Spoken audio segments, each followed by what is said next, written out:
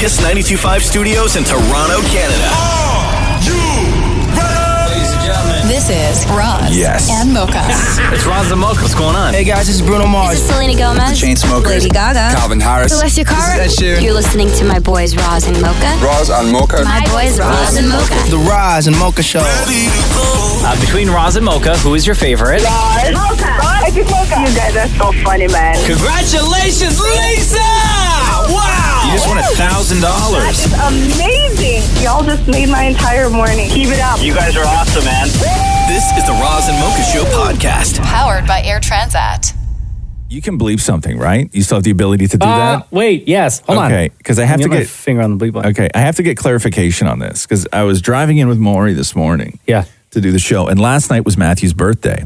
Oh, was it really? Come on in here more. Oh, wow. And I said, today's his birthday, but the birthday dinner was last night. The birthday dinner was last night. Yeah. And I said to Maury, I'm like, how you doing today? And he goes, oof, it was Matthew's birthday dinner last night after a load of wine. So I need to know, according to you, Maury, what to you, because Maury in the car was like groggy, like eyes closed at the stop sign, kind of groggy, right? Like feel bad for me, groggy. Potentially still drunk? Yeah. Like you have to bear with me here because I had, quote, a load of wine last night. Okay. So, damn it, Maury, I've been dying all morning to know, in your world, what is a, quote, load of wine? Okay, so I had a glass of the welcome champagne. Right. And then a glass of white wine.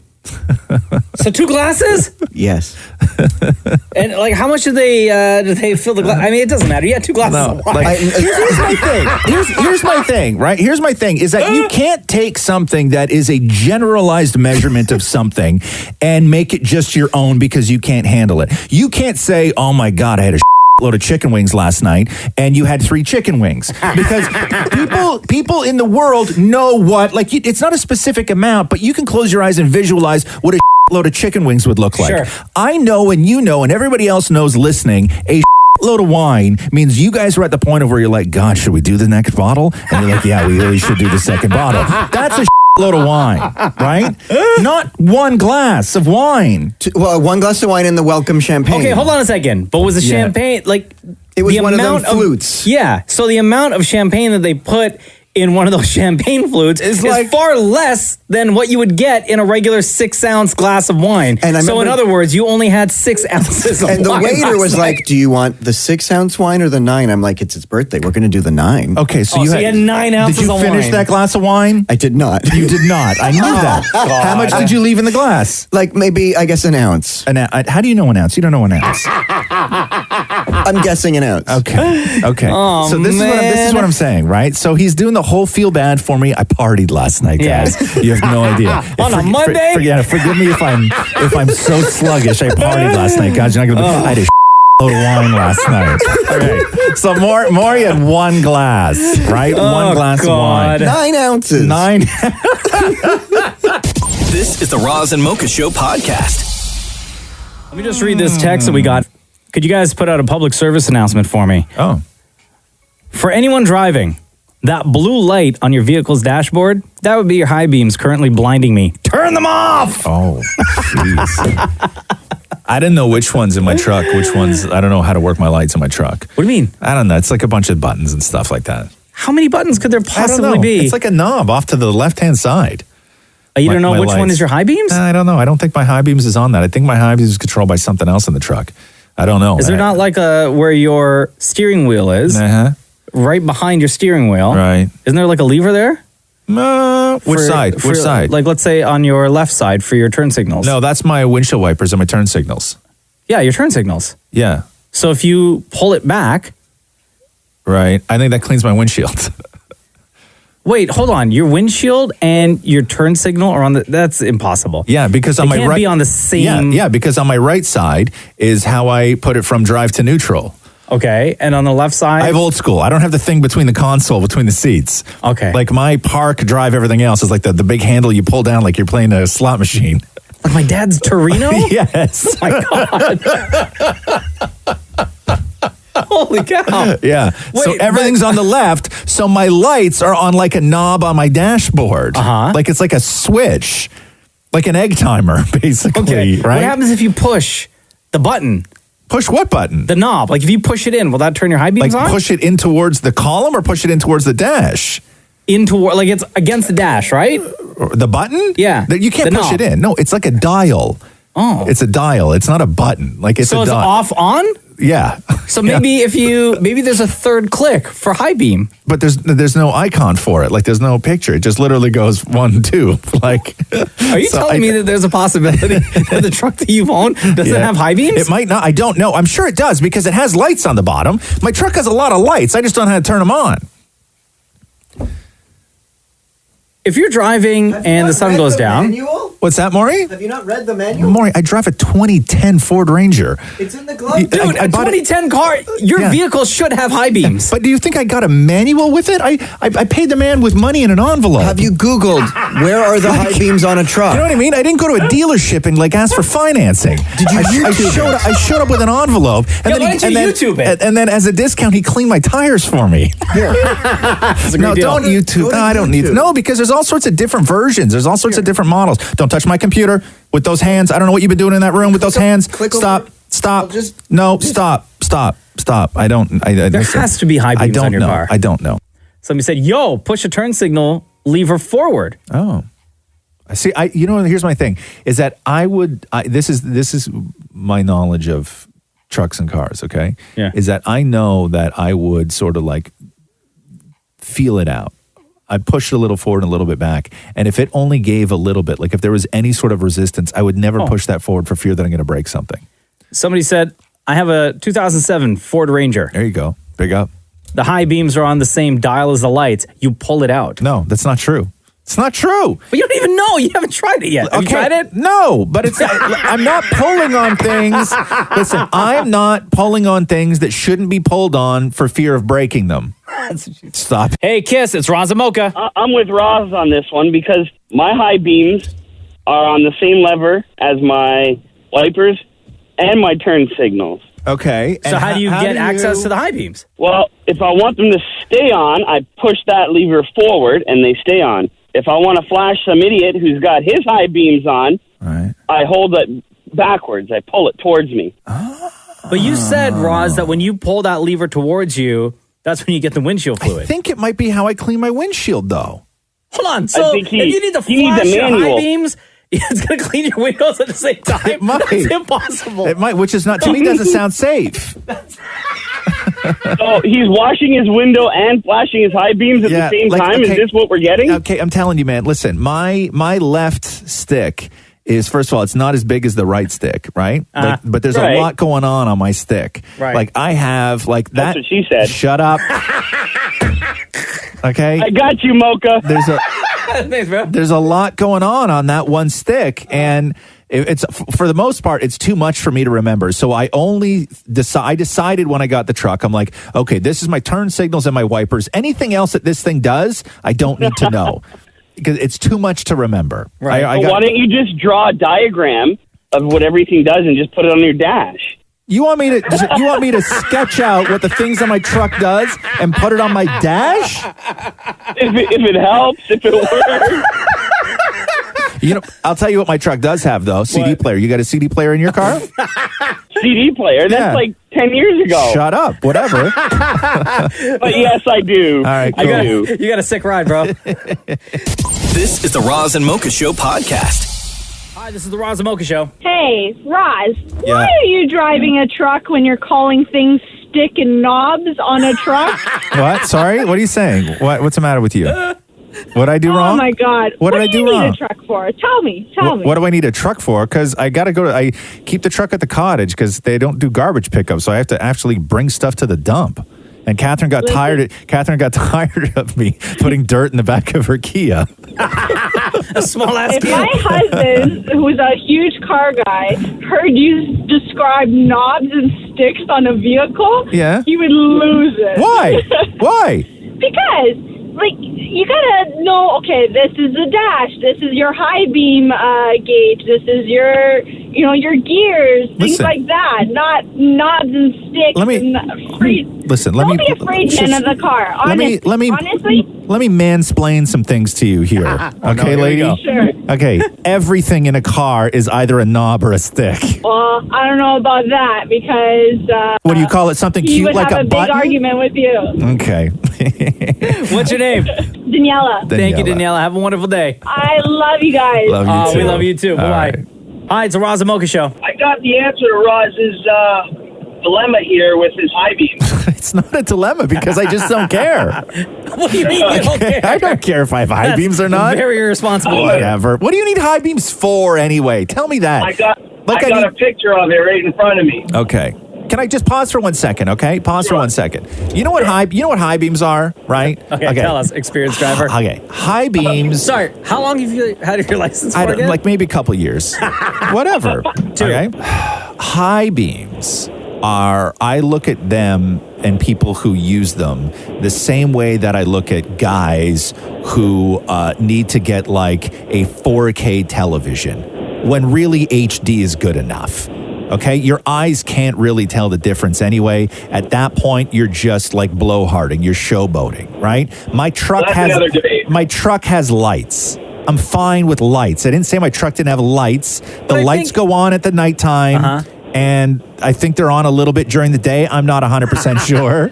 Okay, my truck has lights. The fact that I need more light at that point, and you're just playing ego games. No, I think all vehicles, no matter what, have the ability to turn the high beams on and off. I'm not saying mine doesn't. You just don't know how to use it. Sometimes if you're on a dark road in the country and there's no lights, the headlights just don't cut it. I'll tell you, when you're in the country, do you know what people use their high beams for? What? Nothing other than there's 2 things you use your high beams for when you're in the country. Okay. Avoiding deer. Yes. Number 1. And 2, letting drivers come in the other way that you just passed a cop. People still do that now. Oh, hell yeah. People still do that now. Oh, hell yeah. I appreciate You gotta that. know how to turn them on for that. Yeah. And I'll tell you, when I pass a cop, I don't flash the guy in front of me because I don't know how. This is the Roz and Mocha Show podcast. Saw a Christmas movie yesterday. Which one? I went to see. Can you import, by the way, Mocha? I went to see Last Christmas. Last Christmas. Who's in that again? That's the guy from Crazy Rich Asians? Yeah, but also the girl from Game of Thrones. Yeah, Emilia Clarke from nice. Game of Thrones. Yeah, you know what? I've been seeing... Who looks so different in this than she does in Game of Thrones, even though she sort of looks the same. Like, it's weird because you're not used to seeing her wearing, like, a regular coat. Right. You know what I mean? Yeah, she's in her, like, Game of Thrones outfit. Like, I've never seen her in anything else other than Game of Thrones. And So it looks weird. I'm only used to seeing her in that. Yeah. It's like Schwarzenegger when I only knew him from Conan the Barbarian, and then he did Kindergarten Cop. Right? You know? I'm like, why isn't he in fuzzy undies walking around with like... Yeah.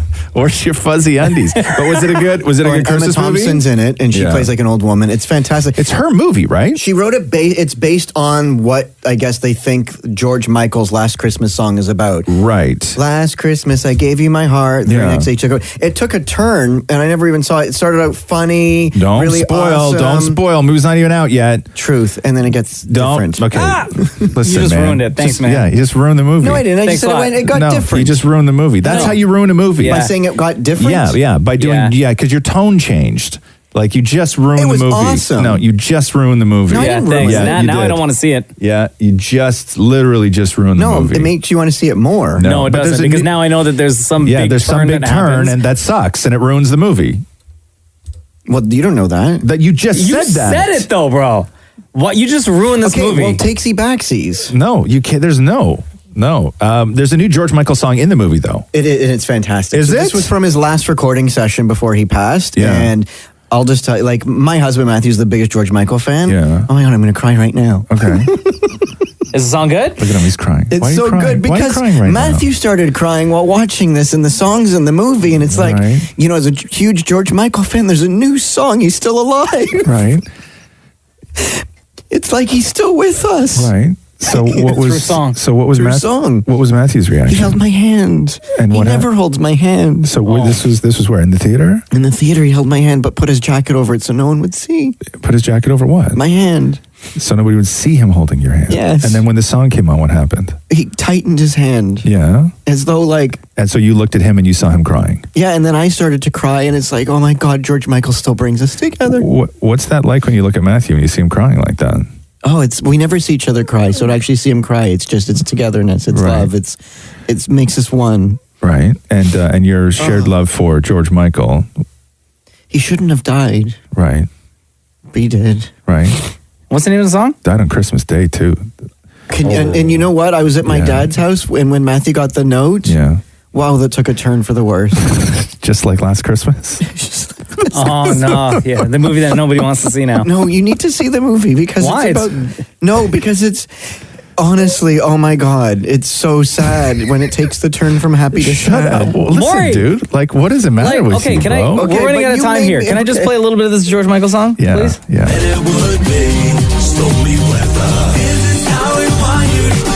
Pause for 1 second. This is what made Matthew cry? Yes. I thought it was a slow song. No, it's a great, happy, dancey song. And it would be stormy weather. This is how we want you to get high. The way that we show you, the way that we showed you to you. This is how we want you to get high. In any world.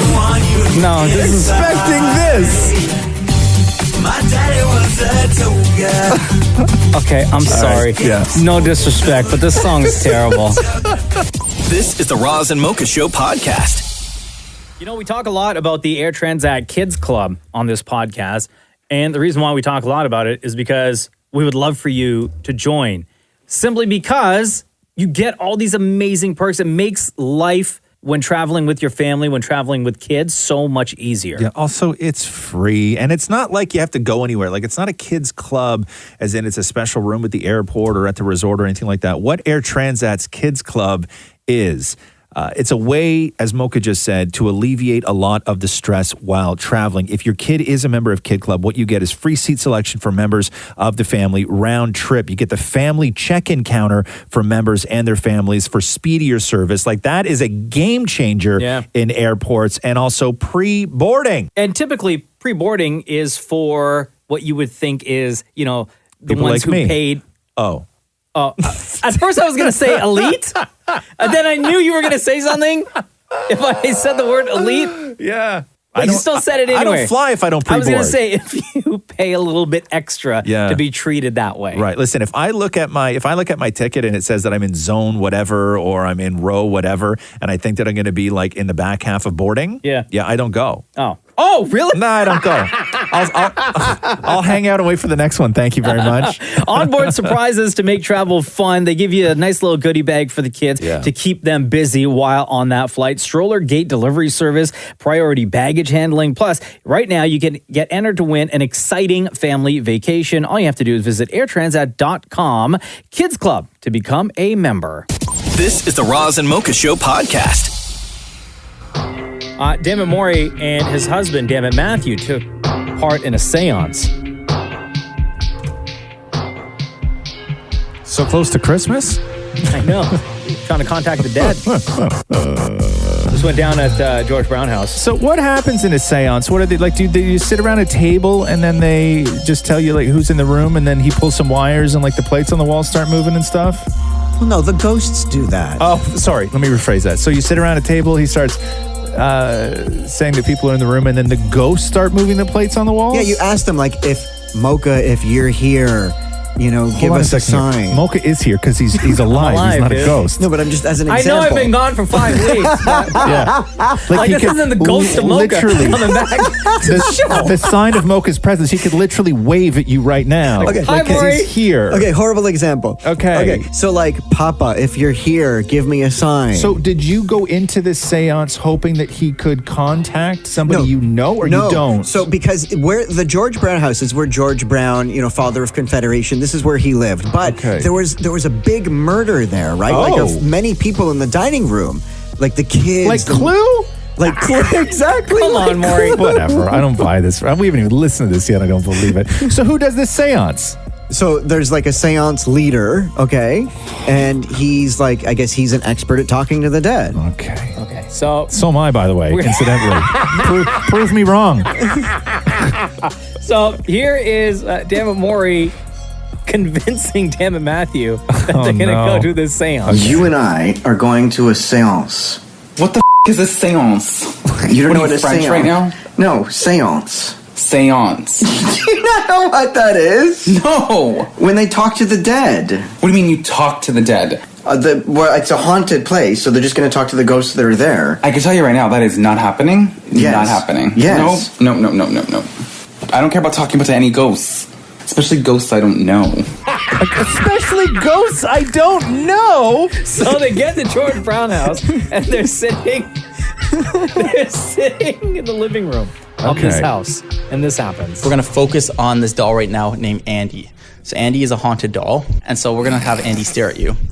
Oh God! So what? There's a creepy doll just staring at you. So what I want to do now is I want to see if we can connect to Andy.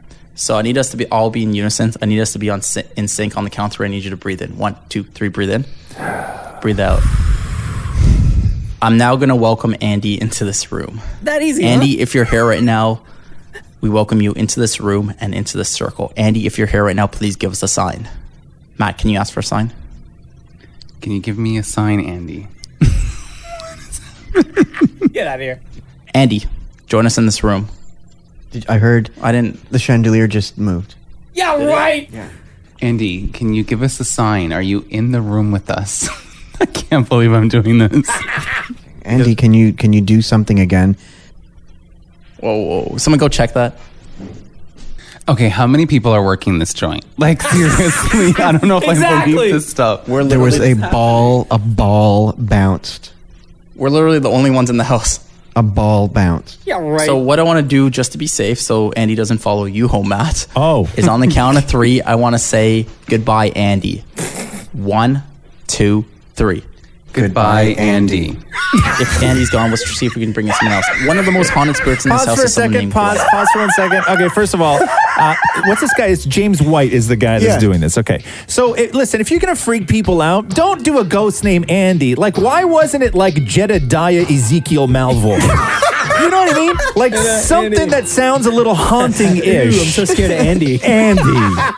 Also, I don't know if you got rid of him by saying this. Goodbye, Andy. It's a very stern goodbye. Okay. Andy's gone. Let's see if we can bring in someone else. One of the most haunted spirits in this house is someone named Gwen. They actually say she's the lady in white, and she's spotted a lot of times. Lady in white. So, do you want to try seeing if we can call out Gwen? Yes, please. Okay. Gwen, if you're here right now, please give us a sign. Oh, yeah, right. I heard that.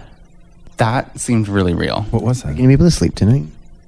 Yeah, in my own bed, hopefully. With Andy. If you're here right now, move something. What just happened? I didn't hear it. What was it? Like a bang or knock on the wall or something. Like knock? Or was it one knock or... Yo. Was that us? That's not us. I will murder you. Did we just... Where's that from? What was that? I don't know. I don't know either. I don't know if this is real or fake, and it's freaking me out. No, I'm just as scared as you are. Okay, what did you think of that? I'm a little bit confused because I don't know what to believe, but I'm more leaning towards the fact that there's ghosts. I heard people walking. There's someone in this house that's not in this room. That is for sure. Our fiancé. I don't know what you call them. It was interesting. Are you scared now? Well, I feel like I'm starting to believe more. But like, are you going to be okay going home? Yeah, I think so. I'm going right into an Uber though, not walking. Wow. So gullible. Come on, guys. Here we go. The Roz and Mocha Show Podcast. Matthew McConaughey's on Instagram. Oh, is he? Yeah. Jennifer Aniston joined a couple of weeks ago. Yo, she's been killing it on the gram. Now, but it's not her with this really putting all them dope captions and stuff, right? No, come on. She got a team. Of course she does. Right? Like, she's a little too slick with the posts and her IG stories. Yeah, like, a little too slick. Yeah, she hired You for somebody hire who's good brand people. new. Yeah, you hire good people. Come on. I see you, Jennifer Aniston. Right? Yeah. No 50-year-old is going to jump on Instagram and be that good out of the gate. Yeah. It takes a little bit of time. Real good. But she also admitted that she had an account, like a secret account, so she's probably been creeping Instagram for quite a while. Did she say what her secret account name was? You never hear those things. I think she said that. I'm pretty sure she admitted that to like Kimmel or somebody like that. Like at Jay Aniston? So Matthew McConaughey is now on Instagram. So there's two clips. So here is the clip of Matthew McConaughey announcing his presence on Instagram. When people go to my page, I want them to see me. Look, this is my first venture into sharing myself and my views with the world, and I'm a little bit nervous about it because, quite frankly, I know I want to have a monologue. I'm not sure I want to have the dialogue, but I've learned that you got to have the dialogue too. Let's have some fun with it though, and let's keep the high eye, not the low eye. All right. So let's start the dialogue here. Let's keep the high eye, not the low eye, right? Okay. So after that intro, I want to have a monologue, but I know I got to have a dialogue. So Why is this guy, every single time Matthew McConaughey speaks, it sounds like he's either drunk or high. Okay, a little bit. Let's Just keep a the tad, like high he's eye, buzzed. not the low eye. So you're like, okay, after this profound introduction, right, onto Insta. Okay, so let's see what the high eye is and not the low eye is. Bo bo bo boom boom boom bo bo bo boom boom boom boom boom boom boom boom boom boom boom boom boom bo do do boom boom boom. Because I may not be willing, but capably able. Do I have an Instagram? Well, I'd be a lot cooler if I did. But guess what? It is now a lot cooler because I do. All right, Instagram, let's do this. Let's get some howdies going. Howdy. Right? Profound, right? Let's get some howdies going. You have a voice, sir. Howdy. Like, come on, man. You have a voice. And I'm sure you joined Instagram to use that voice to your advantage. Oh, God. And your first Instagram story is this. Bo bo bo boom boom boom bo bo bo boom boom boom. Boom boom boom boom boom boom boom boom boom boom bo do do boom boom boom. Yo, I'll hit follow. This is the Roz and Mocha Show podcast. From the Oscar-winning animated movie Frozen, please welcome the wickedly talented one and only Adele Dazeem. Okay. Wickedly talented. 2014, that was a great year. Kristen Bell is huge in my house, and I've realized that we are like raising Roxy with Kristen Bell's catalog. So it started with Frozen, and now she's anticipating Frozen 2. Then we moved into The Good Place. Oh, okay. That's on Netflix Which now, right? is amazing. Is it good? I've watched a trailer my God, for it. The Good Place is so good. And then next year when Rox gets a little bit older, we're going to go back and we're going to do Veronica Mars. Ooh, good one. Right? So we have years of Kristen Bell to get to in my house. But she's so nice. This I like her a lot. Waiting for this sequel to Frozen has been like, I can't even tell you what it's like for parents. Like it's been way too long. And here's the thing, though. Disney never way too long. Never should have released a trailer a year ago. Last year. Like, come on, guys, that's not fair. You know what that did to my house? Releasing a trailer for houses around the world, bruh. It's not cool. But anyway, it's happening though. Frozen 2 is happening, and it's happening soon. And I can't wait. Well, you know who didn't wait? Who's that? Kristen Bell didn't wait to tell her kids about the movie. No. Yeah. No. That's the thing, right? Like, everybody wants to know what the new Frozen's about, especially since they've been promoting it for a year. So before she even started working on it, listen to what Dan and Maury talked to her about and what her answer was. You both have children. How hard was it to hold back the plot lines or to not say everything or just talk about everything that happens in the new movie? Wasn't hard at all. I just told him everything. Really? I told him everything, a couple years ago. Yeah, I told him, I was like, okay, so I read it. here's what happens. Oh my God. I did. I told him absolutely everything. But then is there anything still to look forward to? Or? Well, yes. It changed a lot anyway. Yeah, it changed a lot. But seeing it's like if you orate a story to them, it's not nearly as invigorating as when you watch it. So they were still very excited to see it. And they saw it and they loved it. Yeah, but still. Right. Come on, Kristen Bell, you can't be doing that. I know there's yabbing all their friends and stuff. There's certain inside information you want, and there's certain inside information that you don't want. I don't know if, first of all, if Kristen Bell was my mom, that'd be weird because I think I might be older than she is. But I don't know if I would want to know. Like 39, by the way. Oh yeah. Okay. Okay. Forget that. But yeah, I don't know if I would want to know. I really don't, because the anticipation for this has been so long. And man, did this song ever blow up? Oh, I love it. I love everything about this movie. I love everybody in this movie. And Adele Nazim, as John Travolta calls her. Stop. We got to call the woman by her real name. Adina Menzel. Thank you. Dan Mori was talking to her as well. Have you ever used the line, but I'm in the Frozen movies to your advantage? I know exactly where I did it. I had to get the uniforms done for my son's basketball team, and it was Champion is the company, and some girl was on the phone. She had no idea who I was. She didn't recognize my name, and nothing was happening, and it was going to be late, and the kids weren't going to have their team uniforms and the numbers that they wanted. And finally, I called back. Finally, I said, can I speak to your supervisor? And I said, I don't know if you have any friends or little daughters that might like Frozen, but I actually am the voice of Elsa, and I really need work. Good for you. If you have that superpower, you have to use it every now and then. But that's the thing, right? It's difficult with these animated hit movies because you know the characters, you know the voices, but you can never equate the voice to the real life person. It's tough. And somebody like Josh Gad, who's Olaf, probably the most famous, if not one of the most famous characters, he's got to deal with that as well. And everybody loves Olaf. Have you ever been, I guess, around kids and they just didn't believe it was you and you had to somehow prove it to them? On a daily basis. And what I do is the parents will force their children into my arms, which is just so unreasonable to do to a child who doesn't recognize that this stranger who looks nothing like a snowman is Olaf. But what I do is I have them close their eyes. And I say to them, okay, close your eyes. I can't do this until you close your eyes because it's magic. And they go, hi, I'm Olaf. And I like warm hugs. And it blows their minds. They're just like, what? Wow. That's crazy. There you go, Frozen 2 in theaters November 21st. This is the Roz and Mocha Show podcast. Micro cheating. This is like a Maury just hooted. Maury in the other room just wooed. I know. Who goes? Nobody goes. If somebody says micro cheating, your immediate reaction should not be, whoo! I only recently heard about this term, I guess within the last year, and micro cheating has been around forever. It's just we finally now have a name for it, I guess, right?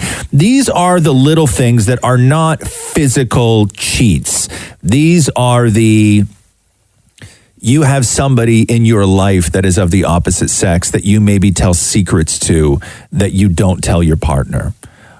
You know what I mean? Yeah. Like that kind of thing. But when you start going down the line of the list of what some people do consider to be micro cheats, there's a lot of people on the fence about things. I'll give you an example. Is following an ex on social media a micro cheat? Oh, it is? Yeah. Oh, interesting. Okay. What about sending a heart or a kiss or a wink emoji in a flirty way to somebody who's not your yes. Okay. Yes, absolutely. All right. What about confiding in someone that you are attracted to? Absolutely. I don't care what you say after that sentence, after those words. The answer is yes. Okay. What about sexting someone else? Yes. Okay, but not getting physical with them. Doesn't matter. That's micro cheating. Okay. All right. Fair enough. Maury's in there shaking his head. Hell no. Maury's DMs is full of micro cheating conversations. Exactly. Shirtless micro cheating conversations. So what did you do? You talk to people on the street more? to validate your actions. Exactly. Don't be silly, Roz. The thing we do is not micro cheating at all. Let's start with you. Okay, is the following micro cheating or not? Sexting with somebody but not physical contact. Yeah, for sure. I think. I mean, like if the way I would see it is like if my mom was to read my text and not know the girl's name, she'd be like, who are you sending that to and who is this girl and why haven't we met her? So if I already have a girlfriend and she sees that, I'm getting beat or something. I don't know. Is staying in touch with an ex micro cheating? I don't think so. As long as you're not making it personal, I think it's okay. Because you're not making it physical. I think that's the part that's very into like the cheating part aspect of it. I think if it's in a friendship way, yes, but like if you're messaging your ex after you break up and it's like a thing, like you guys are trying to get back together, that is definitely cheating. How about staying in touch with an ex? Oh, hell no. No, none of the above. I am very like not okay with any of this right now. No, if the girl I was dating was doing that, I wouldn't be cool with it. I recently was in a relationship and I was doing that, and she got really pissed off at me. Okay, but what about sending flirty emojis to someone? No, that's basically like you're just doing things with them. Like in my mind, that's how you're sending a picture. No, that it's just a picture. It's like it means something more. It's a principle of it. That's what it is. You can't, if you're doing that little small thing, what makes us think that you're not doing something even worse or bigger or like you're going to take the steps towards that. Emojis don't mean anything. They're just like pictures that have been like pre-programmed. So it's like, it's not your true feelings for the person. So why not? Girl, come on now. Depends if you send emojis in general to people. If you're someone who like types emojis all the time to your friends, then no. I mean, certain emojis may be more flirty than others. The casual, like, thanks with a heart or something like that, I wouldn't say that's micro flirting. Sending kinky emojis to somebody, it depends on like what context the conversation is for sure. I mean, if you have a good friend who's a girl or, a guy, whatever, it doesn't matter if it's like you guys are just around. It's not literally cheating. I don't think it's particularly right. There's always that insinuation that you want to cheat. You know what I mean? But until you really break that barrier, that wall down of, like I said, physical contact, it's not really cheating, but other people might think it's cheating. Micro cheating if you get caught. Roz and Mocha's Fix My Life. What advice can you guys give me? Okay, so my question is... Got a problem you can't fix? Roz and Mocha got you. Okay, so Matt, you wrote us saying that you bought a place with your girlfriend, but you don't know if you're ready to own a home yet. What is, I don't know, what's the advice that you're looking for with this? Well, just if you guys had any advice, just to pass on. I just got it last night. Okay, so my number one question that I will ask you is, can you afford this home? Yes. Okay, if for some reason you needed to pay an extra $350 a month on this home every month, would you be able to do that? Yes. Okay, if for some reason you needed to pay an extra $800 a month on this home, would you be able to do that?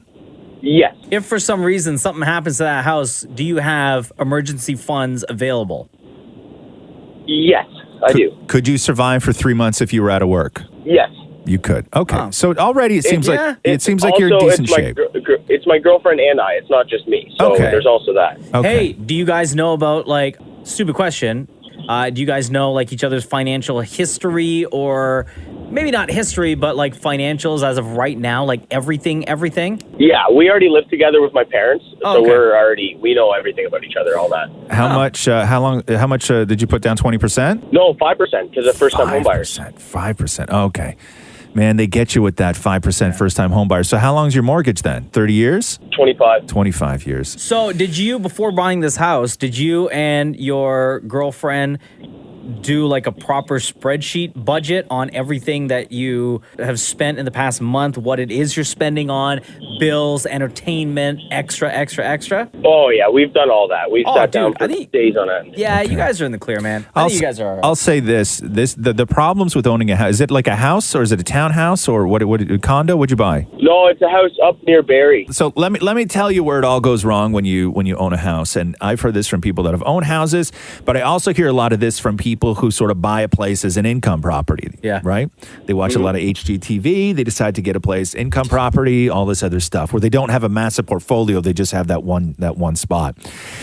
Owning a home is great, okay? It's yours. If you can afford it, it's wonderful.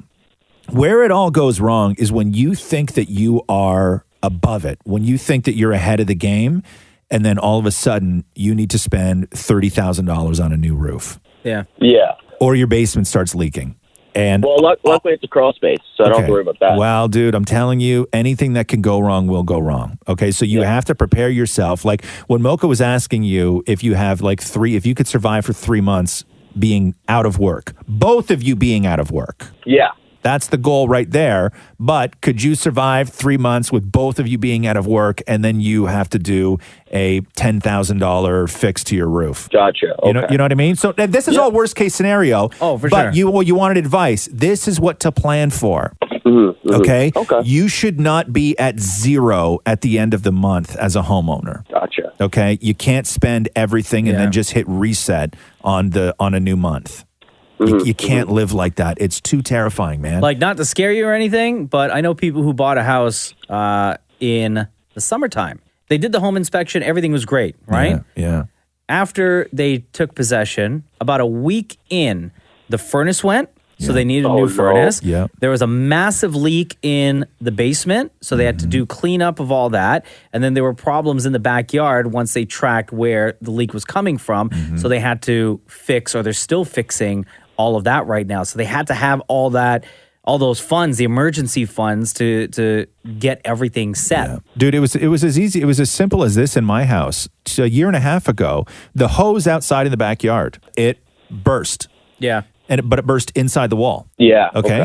So in the basement, what happened is that we had these built-in sort of storage units, closets kind of thing, that were all against one wall. And the hose burst behind those. So all of the custom storage units were destroyed. Oh, no. Okay. The wall was destroyed. The insulation was destroyed. Everything was destroyed. So because the hose burst, a little tiny piece of copper pipe bursts, you're looking at like $6,000 to fix something as simple as that, right? So it's all that stuff. Do you know how much a gas bill costs? Yeah. Okay. Well, actually, right now I'm not on gas.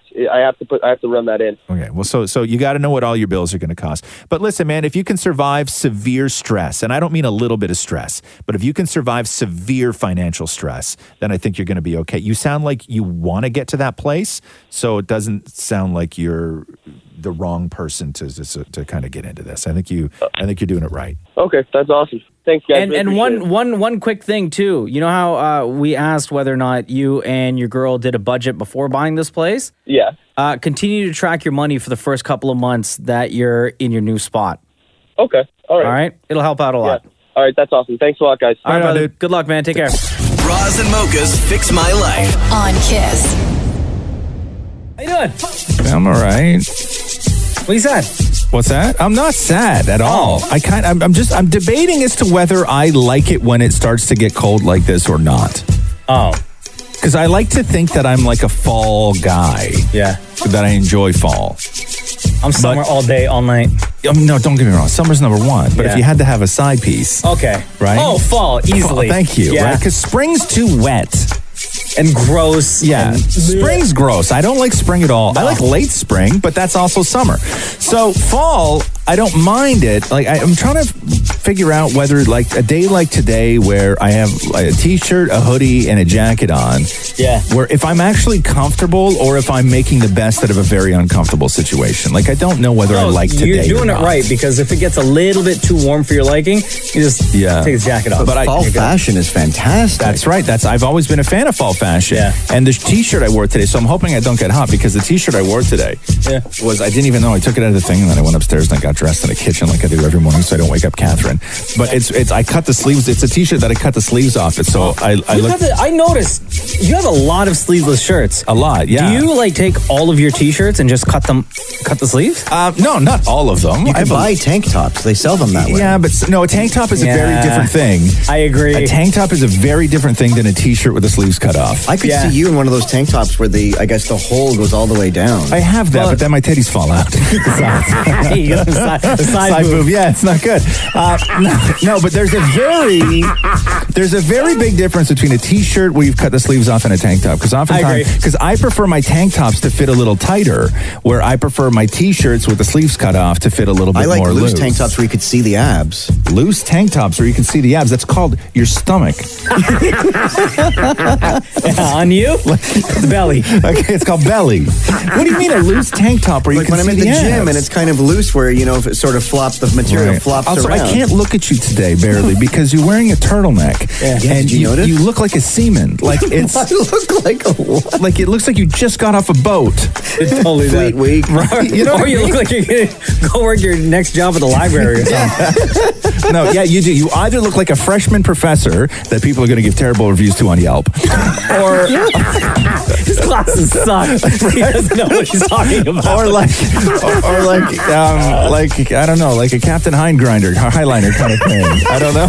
Give me the fish sticks, bro. Here we go. The Roz and Mocha Show Podcast. I don't know if the Popeyes chicken sandwich ever hit Canada, if the hype would be as crazy as it's been in the States. When you see it trending on Twitter days on days on days, Yeah, and then you read that somebody gets stabbed to death it's crazy. in Maryland over butting in line.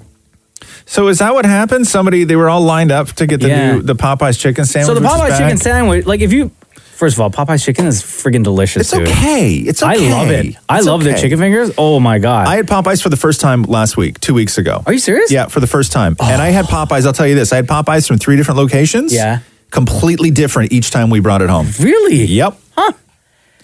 So it's basically just a chicken breast that's got their seasoning on it, deep fried and everything, on a brioche bun with sweet pickles and mayonnaise. That is it. Right. That's it. But it's about the brine though, right? But it's about the brine. Because apparently they brine, I don't know if this is definite, but people have tried to crack the Popeyes recipe. Yeah. Apparently they brine it in pickle juice. Oh, really? The chicken. Yeah. So Pickle water. Gimme. Really, huh? So in the summertime, they ran out like almost instantly. Yeah. And people were like furious. Yeah. It Like was wild. talk about first world problems, right? It's wild, man. People were love it. furious. Yeah. So they brought it back last weekend and they have a dedicated line at certain locations strictly for the Popeyes chicken sandwich. Right. And in Maryland, people are in line. One guy hops ahead. How big was this line? Long. Okay. So somebody who didn't like the fact that someone's cutting the line went up to the guy, stabbed him, and he died. No, he didn't. He died. Oh, what is wrong with people? Right? What the hell is wrong with people? That's the worst. That's Over a terrible chicken story. sandwich, man. That's a terrible story. Come on. But it's just rage at that point, right? Like, I don't even know how to describe that. Like, people are just awful. Yeah. Like, just awful. Don't get me wrong. Don't cut a line. Right?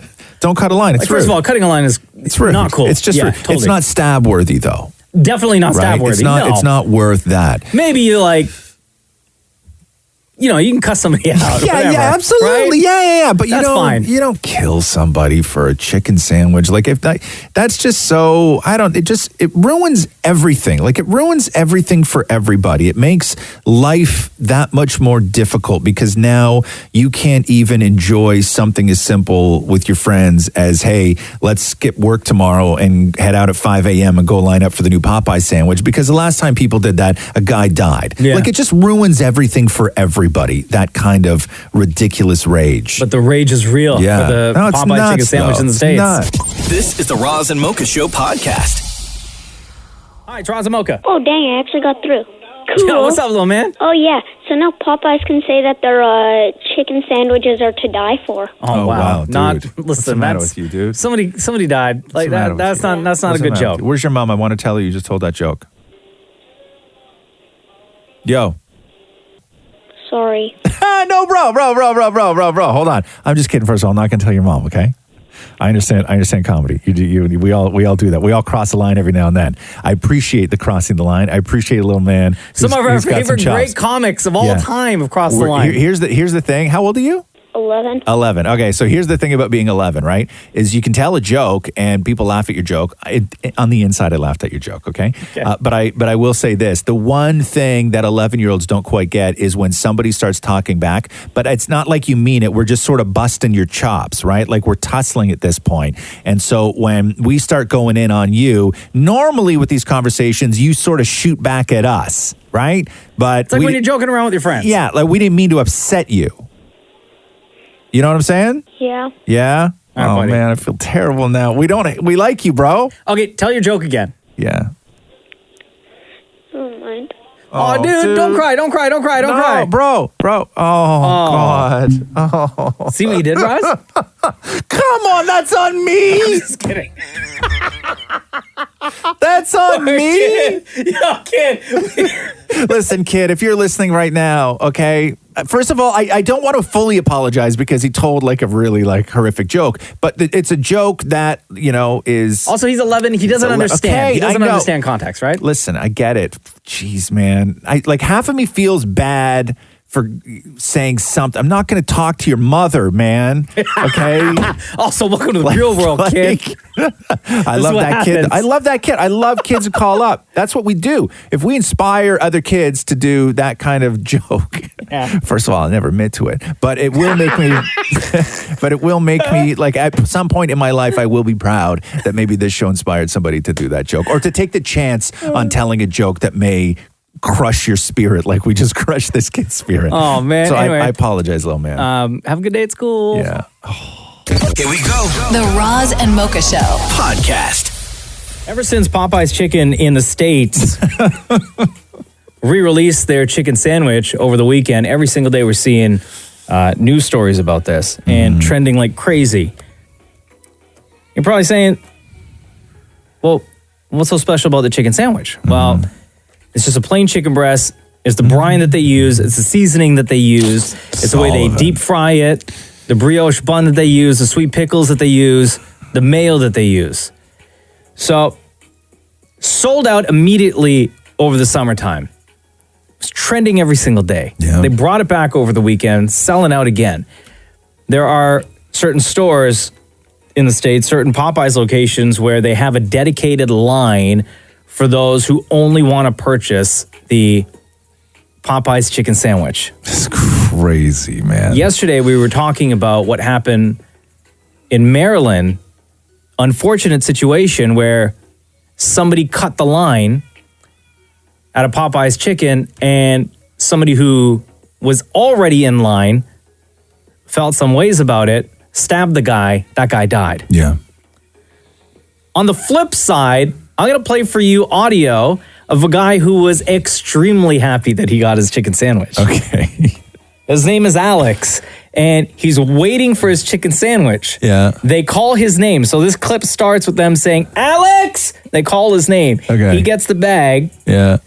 And he immediately jumps up on the counter at the Popeyes chicken, turns around and faces everybody. Right.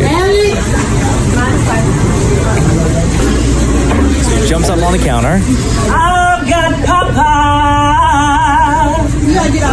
on the cloud today. Yeah, when it's cold outside, Popeye is on his way. Well, I guess you say what can make me feel this way. Popeye, talking about Popeye, love that chicken from Popeye. You get yours, bro. This is the Roz and Mocha Show podcast. We often talk about the sort of world of dating and what it's like in 2019 and a few of the previous years. Just when everything's an app and you got to try and match up, and you get first impressions are just a very different thing now. First impressions are a few words from somebody that you don't even really know what they look like. You know, it's just like what comes through on a DM or through an app. It's no longer walking up and trying to strike a conversation. So people have really tried to up their game on how to make that first impression. As in face to face? No. Oh, just in general. Okay. Just by text. Okay. Everybody's trying to up their game. Everybody's trying to figure out a way in. So let me read you this story. So this 23-year-old, she's a woman, 23-year-old, posted a screenshot of an exchange that she had with a guy on Facebook that she didn't know. So he DMs her this, hey, did you hear about my granddad? And then she wrote back, what? And then he responded, sorry, wrong person. Meant to text a girl I went to high school with, and I clicked on you by accident. Not thinking straight because my grandpa passed. Sorry. And then she wrote, okay. And then he wrote, you are lovely, though. Are you single? No. Dad, grandpa is their potential quote in? Yeah, the I'm sorry, I didn't mean to send that to you. Yeah, I'm right. just going through some stuff right now because my grandpa just died. Thank you for being so lovely. Also, you're really cute. That's the game. That's the awful. game. Come on. That is the game. Yeah, but what That's do you the way do in. if you go on a date and then later down the road they find out? Obviously, they will find out that wasn't the case. Maury, I'm guessing that this guy has no intention of taking this relationship to the point of where she's going to discover that grandpa didn't die. These relationships aren't built to last. Or did he think it through? Maybe not last to the end, but last at least a few, maybe dating, right? And Sure. maybe his grandpa really is dead. So Quite possibly. Yeah, but maybe The line grandpa still died in works. 1987. Doesn't matter. Who cares? Grandpa's still dead. Maybe it just hit him. People experience grief at different That stages, is true. right? That's true. Yeah. But that's the game. Now your first impression, your thing that you lead with now, because it's no longer face to face. It's no longer, putting your best jacket on anymore and going to a bar. It's no longer that. It is, what is your way in when you see somebody attractive and you DM them? You understand, like if you're on Insta, you have to understand that this person's inbox is full of people trying to score, trying to pick What's the lie up. that you could tell? What was your game? What's your way in? What was your game, Roz? What, in a bar? Yeah. Look at me more. Come on. He is the game. This is the Roz and Mocha Show podcast. You asked me if I'm being petty. Okay. Okay, so here's the thing, right? There's not a lot. I don't talk a lot about being born in Montreal, right? Because I have no sort of affiliation and I have no emotional attachment at all to being from Montreal. Also, you hate the Montreal Canadiens. Thank you. There's only one real Quebecer thing that I have in me that I know is because I was born a Quebecer, which is my love for extreme pettiness.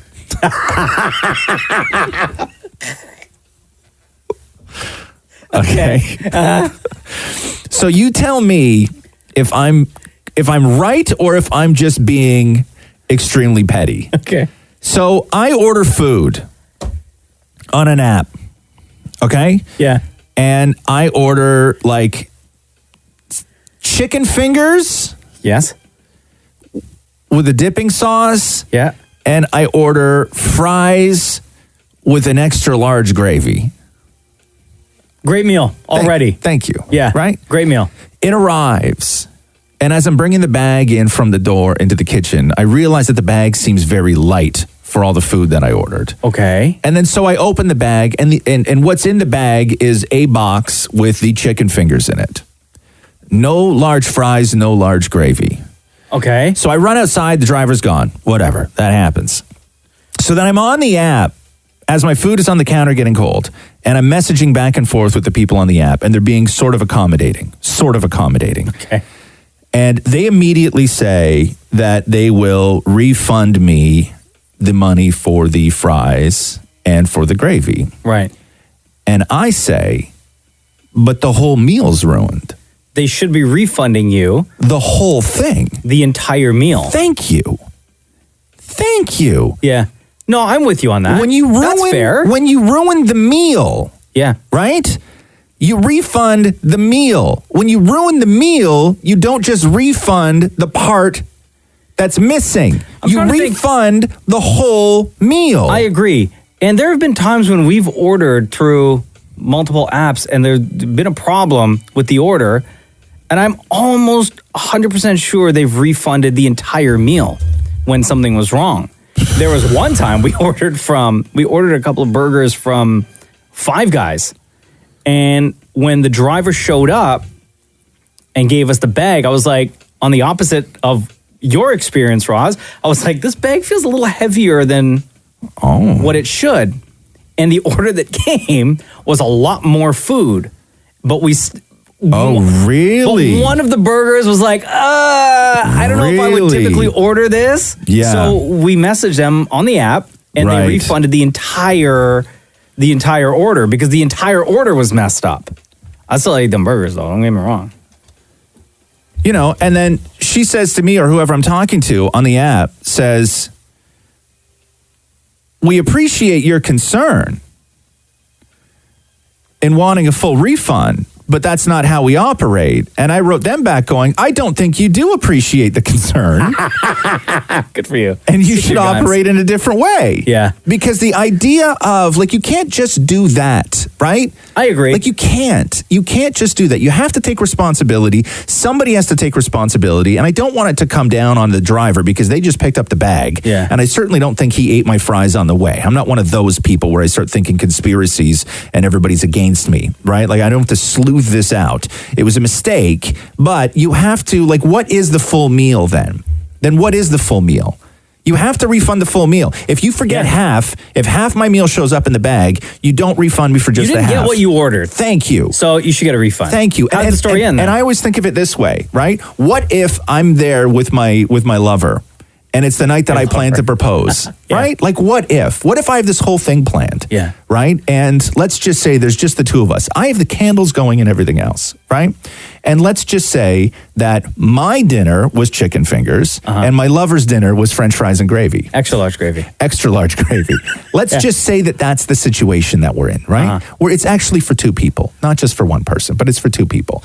And my lover doesn't get her fries and gravy. And I planned to put the ring in the whole thing is ruined. You have to replan, change for another night, blow out all them candles. Right. It's not just a refund on the fries and gravy. You've ruined the whole meal. So anyway, I got the refund for the fries and gravy. This is the Roz and Mocha Show podcast. Yo, we haven't done this in a while. Kids Write Jokes. Oh, wow. This is the Twitter account that I absolutely love, at Kids Write Jokes. They basically accept jokes written by kids. And they're the worst because kids are just terrible at writing their own jokes, right? And there are names in some of these jokes, okay? Yeah. And I'm purposely saying them wrong because it's the way it was written by the kids. Gotcha. Okay. All right? Yes, perfect. Yeah. So here we go. At Kids Write Jokes. Why is Richard Branston called Richard Brandon? Wow. Why? Because he's rich. Rich equals Richard. Get it? You could tell your friends this. Why is hair brown? Why? Because of coffee. Why does Taylor... That's it? That's the joke? That's the joke. Oh, wow. What does Taylor Swift do all day? I don't know. Probably write songs in bed with her posh pajamas on. I know I would. Wow. Why did the hedgehog need a friend? I don't know. We all do sometimes. Oh, Jesus. A criminal walked up to a victim. This is a particularly weak crop of Kids Write Jokes. I know. A criminal walked up to a victim, but the victim said, "Wait, let me tell you a joke. Knock, knock. Who's there? The police. The police who? The police are here now. Go to jail." Okay. Also, technically, the guy wouldn't be a victim until the robber did something to him. He, at that point, would just be a guy. These are kids, Roz. Okay. What room in a house does a stormtrooper not go into? I don't know. The office. Thank you. Where can you hide garbage from in your room? Where? In a sandwich for your brother. Oh, knock, God. knock. Who's there? Me. Me who? No, that's it. That's the end of it. It's just me. Just you. Does J.K. Rowling think she invented wizards? They were actually invented about 40 years ago. Sorry, J.K. 40? What says, I don't know. a drunk man? How did Ellen DeGeneres get her name? How did Ellen DeGeneres get her name? No. Oh. Ellenda, Ellenda. How did Ellen DeGeneres get her name? Get her name. Because she's so generous. Wow. A fish is driving a fish tank, and he says, "I can't drive." Okay, hold on. That's the joke? That's the joke. Oh my God. Okay, I have two more jokes. Okay. No response needed for this, okay? Okay. This is a back and forth You know story. what this sounds like to me? You know, What? sometimes every now and then you see like a real intriguing picture on Twitter, but the language of the tweet is not one that you understand or can read or write, and you hit the C translation button. And it still makes no sense? And it makes no sense at all. It sounds like these were all written in a language that nobody knew, and then you just hit the C translation. It still doesn't make sense. All right, so this is a story. Okay. All right. Knock, knock, knock, knock. I'm coming. Hello? Hi. Are you Kim's mother? Yes. I'm her English teacher. Can I get inside? Schools were closed last week. However, you will give me my money. C translation still makes no sense. And finally, kids write there's jokes. one more? This is it. There was a cop who liked to eat cheese, and his friends saw him. What was the name they gave him? I don't know. Cheese Cop. And now, ladies and gentlemen, it's Kids Write Jokes on Twitter. This is the Roz and Mocha Show podcast. You hear about this kid in the States that's slinging Krispy Kreme donuts? Excuse me? Like slinging is in launching or slinging is in selling? Selling. Like secondhand? Yes. Side hustle? Because the area of Iowa where he lives, or sorry, in Minnesota where he lives, because he gets the donuts in Iowa. The area of Minnesota he lives in, he's a college student. Okay. There's zero Krispy Kreme donuts anywhere. So what this kid does, and he's an accountant, obviously, so he did the math, would drive 430 kilometers from Minnesota to Iowa and pack his car with up to 100 boxes of 12-pack donuts. Okay. Now, a box is about $8. That's a lot. He charged $17 to $20 per box. For 12 donuts? Yes. And he said some of his customers spent nearly $100 each time on Krispy Kreme donuts. Oh, jeez. So you I factor in his time and I get gas. Oh, jeez. But so it's 400 kilometers. Oh, yeah. See, that is like. He advertised himself on Facebook as the donut guy. But where does he sell them? Like out of his car? I guess. Or if he's going to college, maybe out of his dorm, or college kids aren't paying $100 for 12 donuts. He knows people. So hold on here now. Right? So word spread rather quickly. Yeah. That Krispy Kreme, their head office, got in touch with him. To do what? To tell him to stop. Oh, okay. No. Not like, hey, you're a great entrepreneur. But why though? Why? I guess because he was selling it like way above what who cares? They're valued at. Who cares? Then go after the people who sell HDMI cables. Because every HDMI cable should be $6, but Amazon will still sell you an HDMI cable for $250. Oh man, some of them rocket fish? Are you kidding me? Yeah, there's no difference. Yeah. Okay? So the fact that Krispy Kreme would now go after this guy, that's how the world works, homie. Here's what Krispy Kreme said about this kid. His name's Jason, by the way. We appreciate Jason's passion for Krispy Kreme and his entrepreneurial spirit as he pursues his education. And then they asked him to stop. So it's not a passion for Krispy Kreme. I think they're missing the point. It's a passion for cash. Well, yeah. He saw an opportunity. This whole thing is about cash. Are you kidding me? Right. Put them donuts, though? I know. 10 seconds in the microwave? Oh, my God. This is the Roz and Mocha Show podcast. So we were talking yesterday about this kid, college student in Minnesota, who every weekend drives 270 miles from St. Paul to Iowa and goes to Krispy Kreme and buys a bunch of Krispy Kreme donuts in boxes. Yeah. And then drives them back to Minnesota to the university and sells them for $17 to $20 a box because there's no Krispy Kreme. And everybody loves Krispy Kreme. An average box is like $7-8. So he was contacted by Krispy Kreme yeah, and told to stop over liability concerns. Because of course, why not? You do that, right? Let a man do his thing. Thank you. So Jason Gonzalez is the kid. Yeah. And he writes yesterday on Facebook that Krispy Kreme has actually changed their mind. What? He wrote this. They want to ensure I become an independent operator and make sure the brand is represented well. There are things that are being worked on right now to achieve that, as this is being made as a special exception. Then Krispy Kreme released a statement saying, we're going to help Jason achieve his goals, which include being debt-free when he graduates in 2021, in part by selling Krispy Kreme donuts. So they're setting this kid up as a private contractor to sell Krispy Kreme. What is going on in this world? Right? That is fantastic, though. Yeah. Oh my God. Love that. Them original Krispy Kreme donuts. Oh my God. I'd smash a box right now. Thank you. Oh, so good. Thank you. This is the Roz and Mocha Show podcast.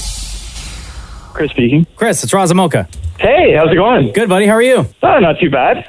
Your wife, Raquel, asked us to reach out to you. Did she now? Uh-huh. She wanted to know if we could wish you a happy birthday! Oh, my God. Thank you. You're so very welcome. And how old are you today? Well, yesterday I just turned 30. 30? Oh, yesterday was your birthday. All right, well, happy belated birthday. Thanks so much. What'd you do?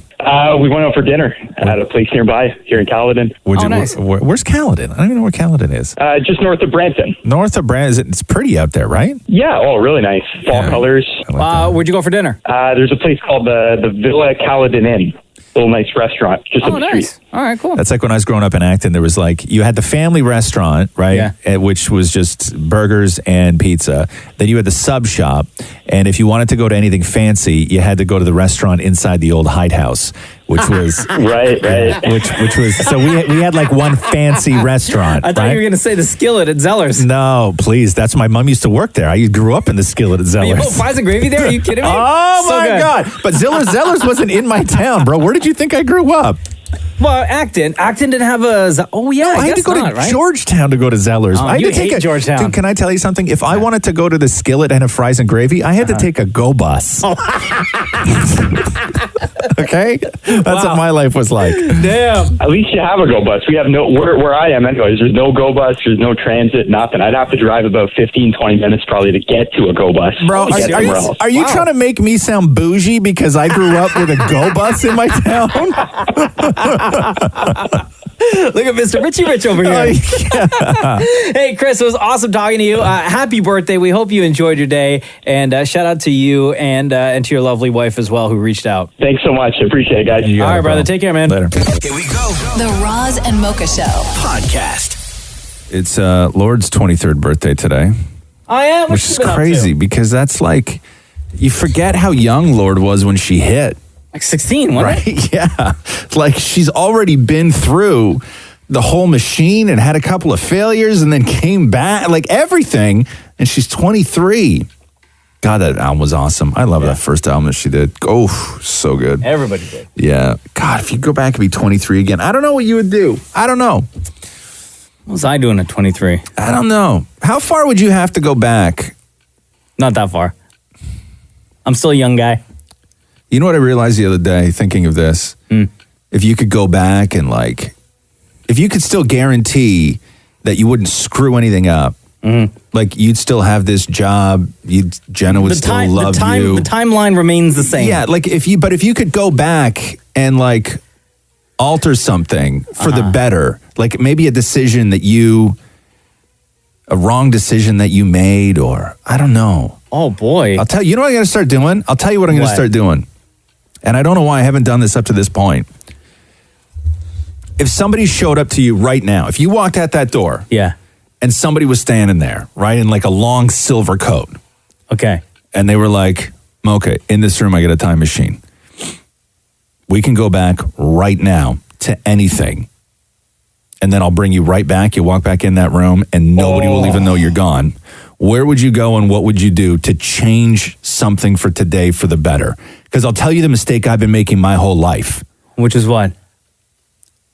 My whole life, I always think, because you and I always go to the financials, right? Yeah. I'm like, how far would I have to go back to be super rich today when I walk back into that room? Yeah. And I'll tell you the mistake that I've been making. In case I do one day walk out that door and there's a guy in sunglasses and a long silver coat that says, hey man, the time machine is right in this room here. Where do you want to go and how long do you want to stay for? My new plan, and I can't believe I've been such an idiot. Yeah.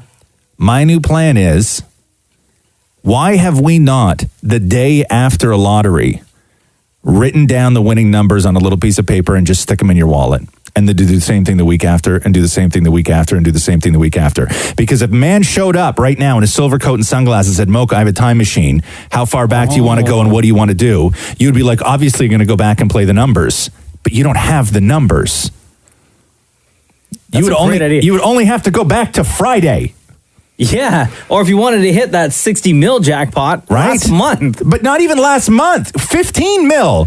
Go a week. Sure. Because here's the thing. I'm being greedy right now. The farther you go back, right? The farther you go back, the more likely it is that you're going to screw something up for the future. Right. Okay? Like the farther you go back. So you only want to go back a couple days. See, I was going to say something practical. Like I would go back and like learn how to swim. Learn how to swim? As a grown-ass man. We should all, let me tell you something. I know. It's always about the financials. 2019, cars are driving themselves, okay? The world's going mad. How none of us are writing down the winning lotto numbers from the Friday before and just keeping them in your wallet. Just in case. Just in case. The guy with the glasses and silver coat shows up. Thank you. Like, it takes no effort, right? It takes no effort to do that. Why are we not all doing that? So, have you started writing down the numbers? No. This is the Roz and Mocha Show podcast. Oh, man, if you are a kid who loves to use a cell phone in class, today is not your day. The restrictions, first announced earlier this year, and supported by, they say, 97% of parents, students, and teachers in Ontario took part in the Ford government's education reform consultations, means students at Ontario schools will not be allowed to use mobile devices during instructional time. How are they supposed to do all that research for what they're learning? Ontario's Minister of Education, how do you say this guy's name? Lacey? Stephen Lacey? I don't know if I was allowed to look it up in class. I'd be able to tell you, but I can't. Be able to get one of those phonetic apps out. Yeah. They say our government heard clearly from parents and educators about the growing challenge related to distracted students in the classroom. When in class, students should be focused on their studies and not on social media. It's a tough thing. Sounds like my dad. This is the Roz and Mocha Show podcast. Roz, this is the text that Kareen sent. Okay. Question: how soon is too soon for Christmas decorations?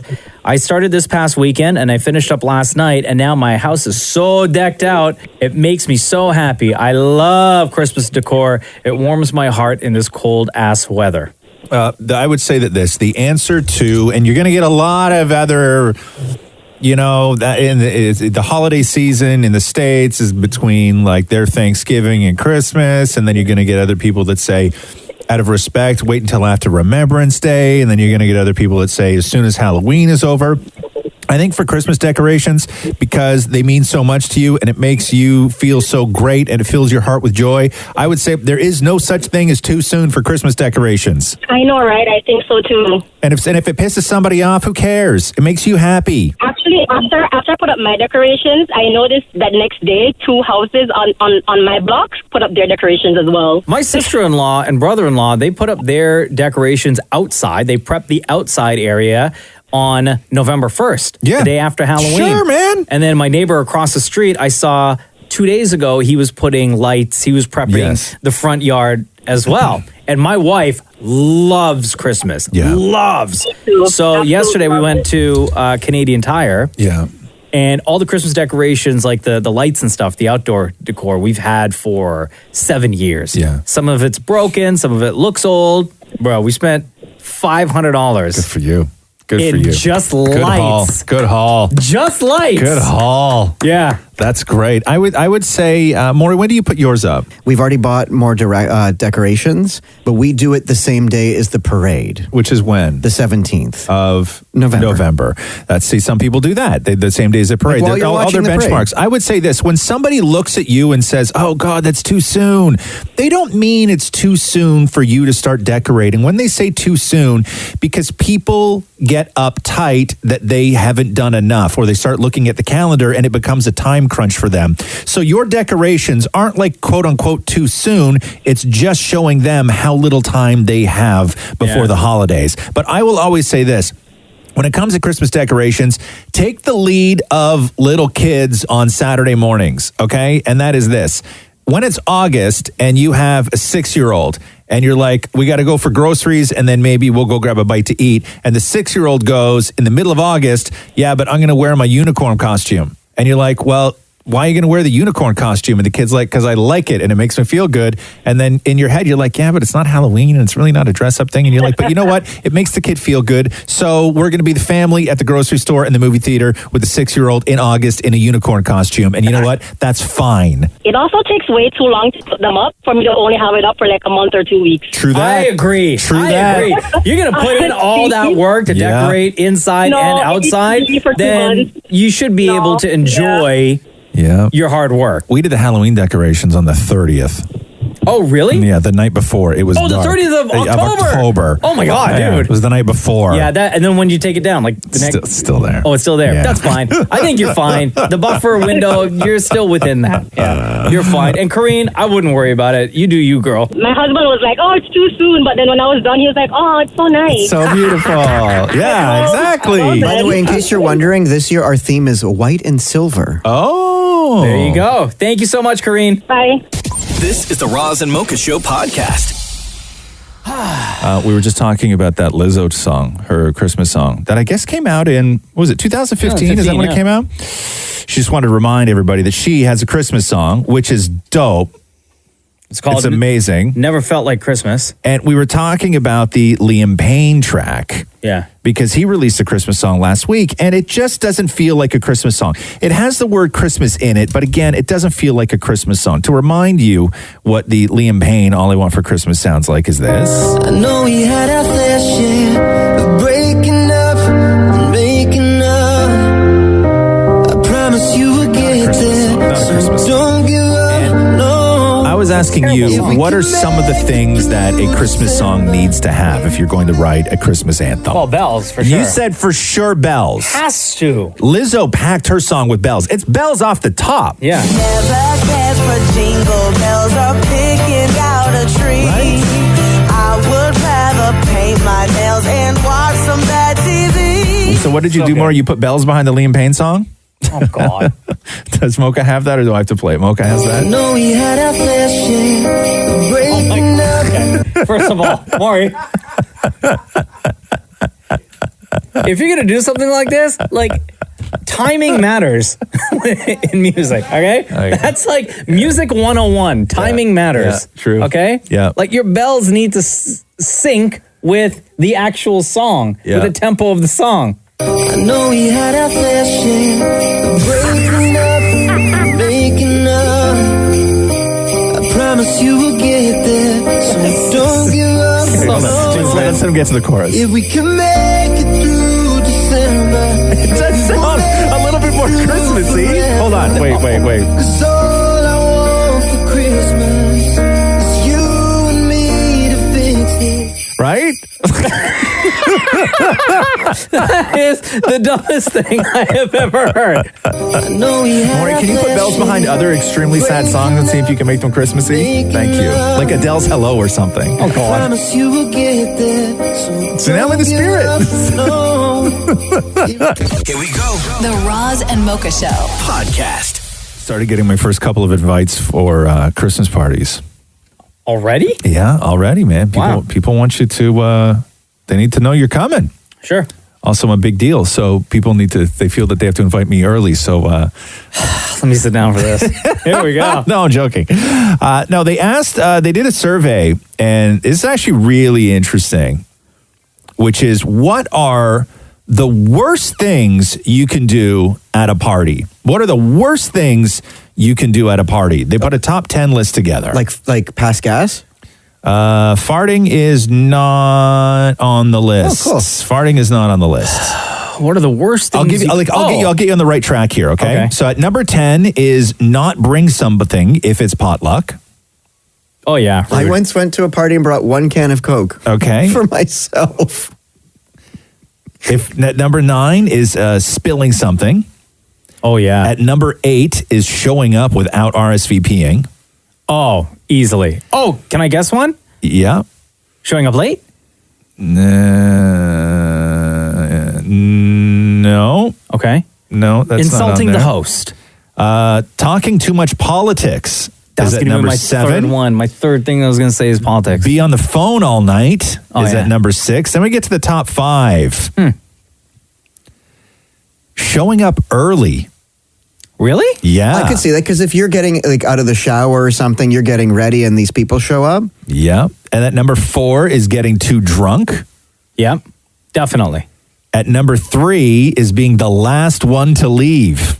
Oh, yeah. At that point, you've just way overstayed your welcome. But somebody has to be the last one to leave, though. Is that not how it works when you have people over and then they leave? No, but sometimes all it takes is for one person. It's getting a little late and one person say, okay, I'm going to head out. Right. And then another group or another couple or somebody else will say, you know what? I'm going to take off too. And then But what if they don't, though? What do you do? Because I once had people over. I had to go to bed while people were still out in the living room with Matthew. Yeah, I had a friend of mine who's brutal with stuff like this. They had people over one time. Yeah. And it was getting late and he wanted them to leave and they sort of weren't wrapping things up. Like the food had stopped, the conversation was winding down and he went into the kitchen and grabbed the kitchen timer. Yeah. And he put it to 10 minutes and he brought it in the living room and was like, when that thing dings, you guys are gone. No! Yeah. That's a gangster move. I love it. And then he sat down and had a 10-minute conversation with them. That's great. Like there was no big deal. And then it dinged and everybody got up. Like, yo, I'm gonna head out. Yeah. He set the parameters. Yeah. That's great. That's At number 2, so number 3 was being the last one to leave. This is the worst thing you can do at a party. Yeah. At number 2 is ask for food or a drink type that isn't already out. Oh, yeah, that's pretty rude. What about asking for stuff to take home, like any leftover food? What if you're like, hey, can I take some of that home? Who does that? I don't think that's right. I think if the host offers and says, hey, we have extra of all of this, would you like some to take home with you? Exactly. The number one worst thing you can do at a party is... Criticize the decor. Criticize first of all, decor, Maury. Decorations. Are you saying it like that because your husband Matthew says it like that? Of course. You too. No, showing up sick. Oh. Yeah. Super rude. Oh, that's gross. Get your sick all over the decor. Right. This is the Roz and Mocha Show podcast. I told Damnit Maury that because he wants me to make him a lasagna. What? Because I made him a lasagna. I gave him a piece. I made a lasagna and I gave him a piece last year. Last year, I gave him one piece of lasagna. Yeah. He's done nothing but hound me to make him another lasagna. Well, that's a compliment to you. But it's in a real sort of passive aggressive way. Like you know what he does? What? He will send me the picture of the lasagna piece that I gave him. A picture? Okay. And just send it to me. And be like, what? What are you supposed to do with that information? Make him lasagna, apparently.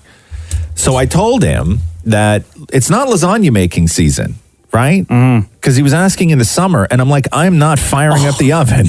No. Okay? In August. Not. And making a lasagna, No. right? No. And nor am I Not. sticking a 400-degree lasagna on the counter to cool while it roasts the rest of my house. I know. Okay, we don't make lasagna in August. You don't understand seasons, huh? No, I understand good food. Nobody wants to cook a lasagna in August. No. So I told. Also, can I just say yes, too? please. Like eating a big thick piece of lasagna on a 40-degree weather day. Right. Like you're passed out already. Thank you. Not from the heat. Thank you. Yes.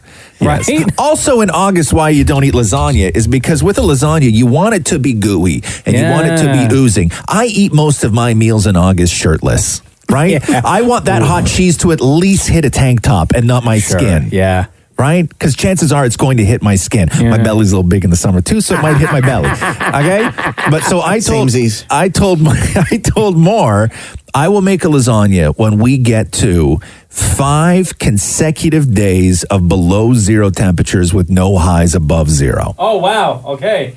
To me, that sounds like lasagna weather. Sure. Am I wrong about that? I would agree. I would agree. I say we're kind of on the cusp. No, not we're yet. Like It's maybe 9 January. degrees today. Yeah, maybe January. 9 degrees today. Ooh, it's cold in here. I need a lasagna. Please. I know your boobs are sticking out. I can see your lips.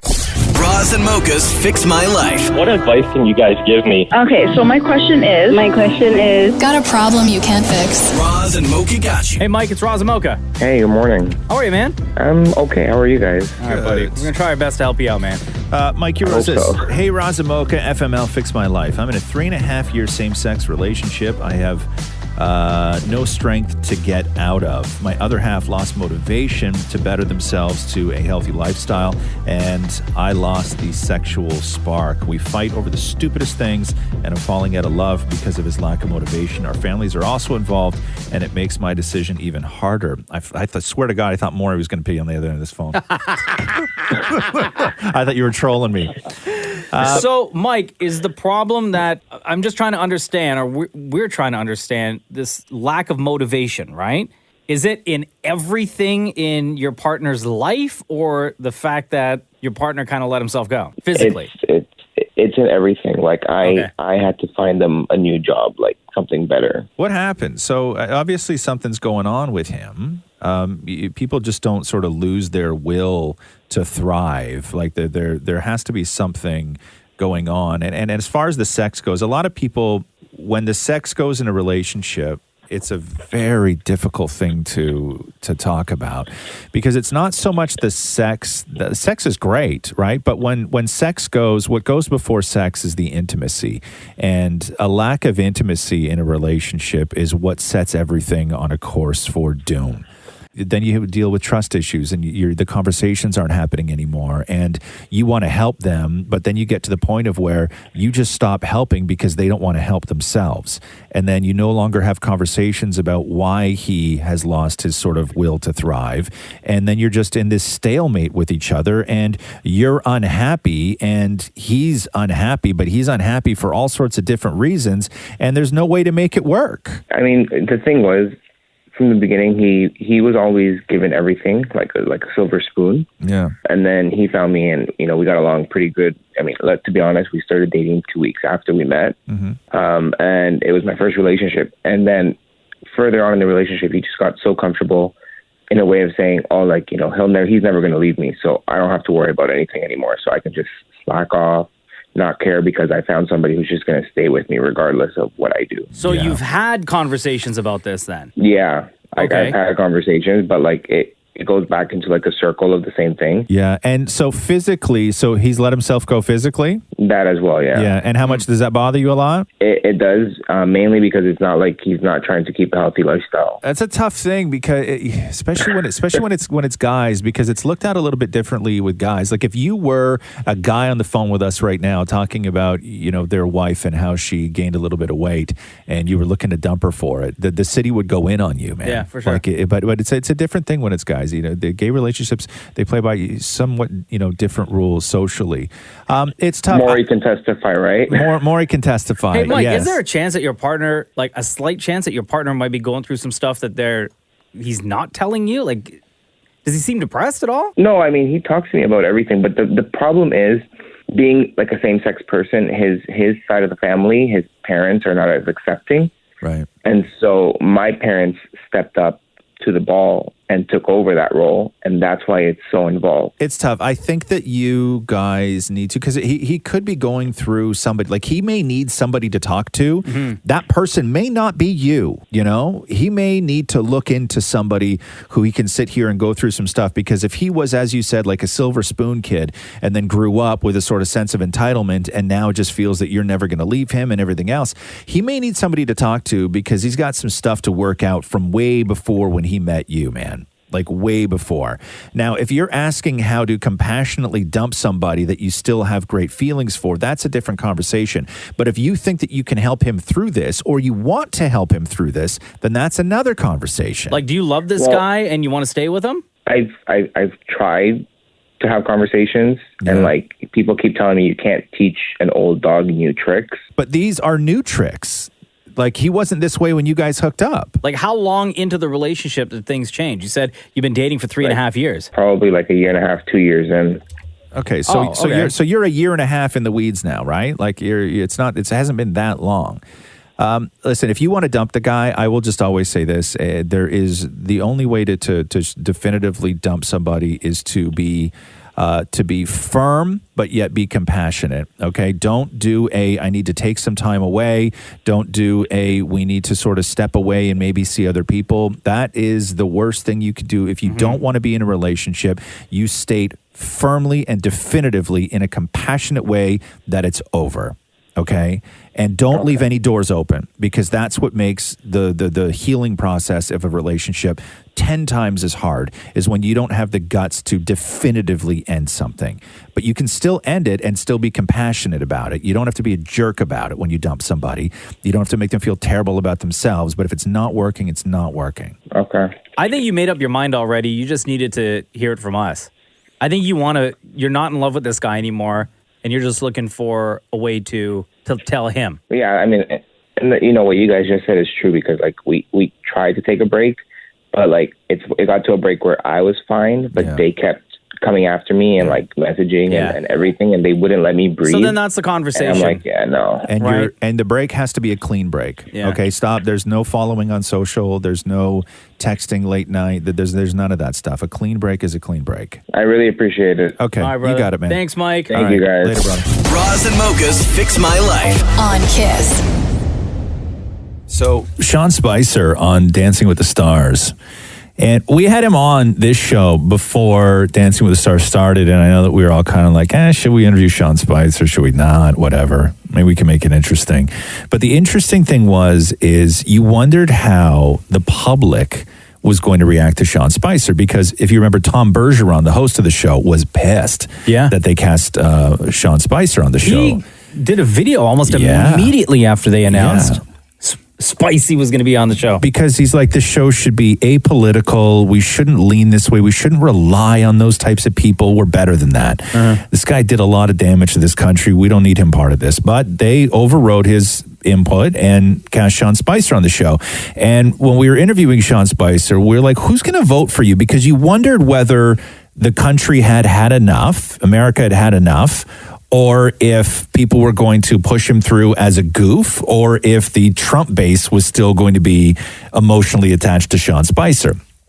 Weeks and weeks and weeks later, we're now on Dancing with the Stars, where Sean Spicer continuously gets super low marks, like super low scores. Extremely low scores, and the judges now don't even hide their disdain for his dancing. Oh, wow. So let me play you this clip. It goes through the judges' critique of Sean Spicer's routine, and then it ends with the announcement of who is safe this week.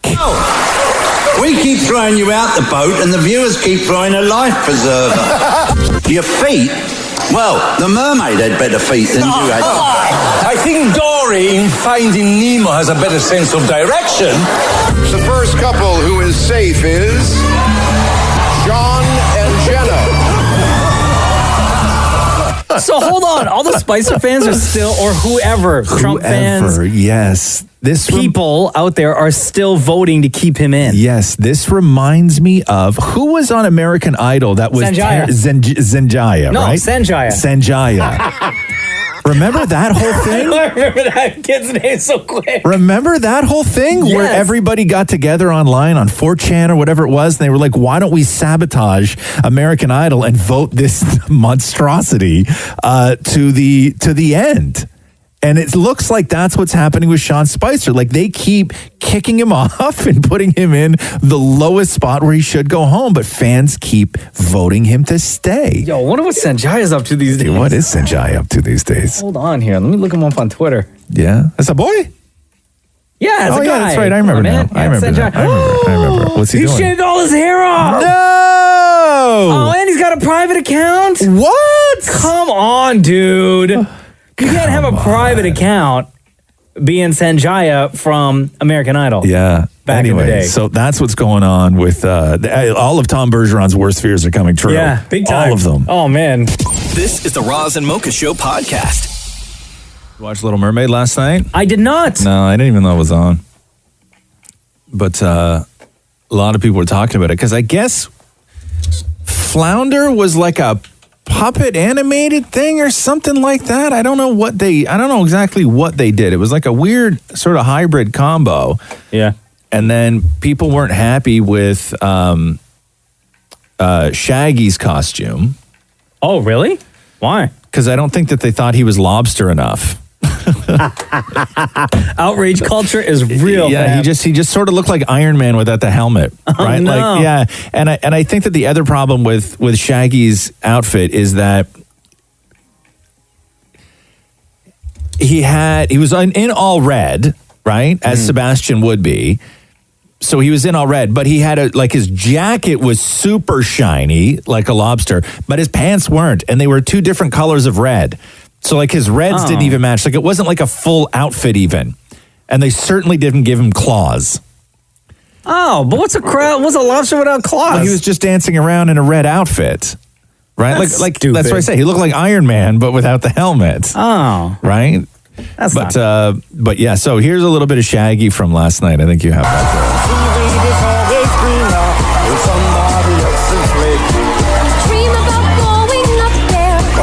Is a big mistake. Just look at the world around you, right here on the ocean floor. Such wonderful things around you. What more is you looking for? Under the sea. Sounds great though, right? Under the sea. This makes up for the description you just gave. Yeah, his outfit was awful. I didn't like his outfit at all. Up on the shore they work all day. Out in the sun they slave away. Why we devoting full time to floating under the sea? Yeah, I'm down. Yeah, but he had like no headpiece on. Like I was hoping he'd have like a headpiece on with like little antennas sticking up or something like that. So just regular Shaggy? Yeah, but Shaggy was obviously like, no, man, I'm not. You think I'm embarrassing myself like that? And then Latifah was Ursula. Queen Latifah? Yeah, right? Oh, Am I wrong about that? No, Latifah was Ursula, and she was amazing. Yeah, she's great. I admitted in the past I've been a nast. They weren't kidding when they called me, well, a witch. Don't you find that nowadays I've mended all my ways, repented, seen the light, and made a switch to this. And I fortunately know a little magic. It's a talent that I always have possessed. And dear lady, please don't laugh. I use it on behalf of the miserable, lonely, and depressed. It's not bad, right? Wow. The problem, though, with these shows, these live shows they do, oh, so good, is that the production values on these, the bars are just all over the place. Like when they did Grease, when they did live Grease, it was such an incredible production. They took over an entire studio, like soundstage after soundstage after soundstage. Yeah. And it was this massive production. And then there's other shows that are not as great and some that are better than others. But this was like a sort of mid-range, but it was a weird combo of like puppets and animated stuff, and then Shaggy was just wearing red and he didn't look like a lobster. Like it's just weird because when everybody else goes all out and they look like the characters, yeah, right? But I want like Sebastian's a lobster. Like I don't want Shaggy in a red puffy coat, right? Also, right? if you're gonna be Sebastian, like Shaggy, put the hat on. Put the hat on. And the claws. Yeah. Dance around with the claws, man. Like that's the role. Thank you. Commit to the role. Yes. You have a fantastic voice and you sounded amazing, but commit to the role visually. Yes, and people you have to. Because I think that he thinks that people would have goofed on him for it, right? Oh if he my came God. out in a full No, lobster absolutely outfit. not. But I think that we all would have been appreciative if Shaggy walked out there in like a full because we would have been like, yo, this guy's taking it serious. Yes. Thank you. So that was Little Mermaid from last night. This is the Roz and Mocha Show podcast. Did you see the story of the kid that threw a birthday party on Saturday night and then nobody showed up? I don't know how I feel about these stories. I'm really torn on them. You think it's fake? No. Oh God, no. I hope not. No. I feel too much for these stories where parents throw a party for a kid and they invite all their friends and classmates and nobody shows up, and my heart breaks because I don't know if it's the right thing to then immediately take it to social media and possibly put the kid through more humiliation and heartbreak. Every now and then it works out when it goes viral. Yeah. Right? Every now and then when you post a picture of a kid in front of his cake and there's no other kids in the room and you say, my heart is breaking because I threw a party for my kid and nobody showed up, so please wish him a happy birthday. It's real great when it works and it goes viral and Luke Skywalker winds up saying happy birthday to your kid. That's awesome. But there's a lot of times that this doesn't work. I know. But this is one of the times where it did work. I know. Jason Foster put this out on Twitter yesterday. It said, my son Cade had his 11th birthday party last night. None of his invited friends came. That hurt. I'm asking my Twitter friends to show some love. If you have a minute, please send him a birthday wish. And then tag Mitch Marner from the Leafs, John Tavares from the Leafs, and of course, at Maple Leafs. So Leafs replied, said, happy birthday, Cade. Love the cake. He had a Toronto Maple Leafs cake in the picture that his dad posted. Mitch Marner replied, wanted to wish my friend Cade a happy 11th birthday. Your friends from the Maple Leafs have a surprise gift coming your way. And then John Tavares replied, happy 11th birthday, Cade. All your friends on the team look forward to celebrating with you. I'm hearing it's going to be quite the surprise. Austin Matthew replied, said happy birthday, Cade. Justin Trudeau said happy birthday. Will Arnett said happy birthday. You mentioned Luke Skywalker. Yes, Mark Hamill replied happy birthday. Chantal Kraviasik, who I love. Yeah, she's great. She said, hi, Cade. I'm not a Toronto Maple Leafs, but I saw that it was your birthday and that your friend's disappointed. When I was a kid once, my closest friend did have me at her birthday. I was so shocked. Sorry, didn't have me at her birthday. I was so shocked. Kids are weird sometimes. Try to forgive. Humans in general, kind of hard to figure out. You have a hashtag rad dad. So Cade was getting like tons of messages. And it's awesome. And it's awesome when it works. It is. I just don't know if I encourage this, that's all. And because don't get me wrong, it's amazing when it works. My heart breaks for this kid, and it's just awesome. Also, John Tavares, who shouldn't be on social media, just get better, okay? Just saying. I'm just saying. Okay? I'm just saying. It's real great and all that, like, he's, taking part, but it takes one wrong move for that hand to get messed up again. Matthew's already tweeted the kid. Okay? Team effort. This is the Roz and Mocha Show podcast. I'm waiting for Disney Plus to send me an email to tell me I can subscribe to their service. When does that start? The 12th, right? A week today, bro. Now, what are they doing? Are they dropping everything all at once? So what did they do on Apple TV? Because you said that... I'm still trying to figure it out. I have the subscription for the new Apple Plus Apple service. Plus, sorry. Yeah, that's what I meant. The interface is terrible. Is it? Yeah. Like, I don't know. Like, there's certain things where it's like, okay, so the morning show with Jennifer Aniston, Steve Carell, and Reese Witherspoon, that's like on a big banner that I can click on and watch the episodes. How many episodes did they drop?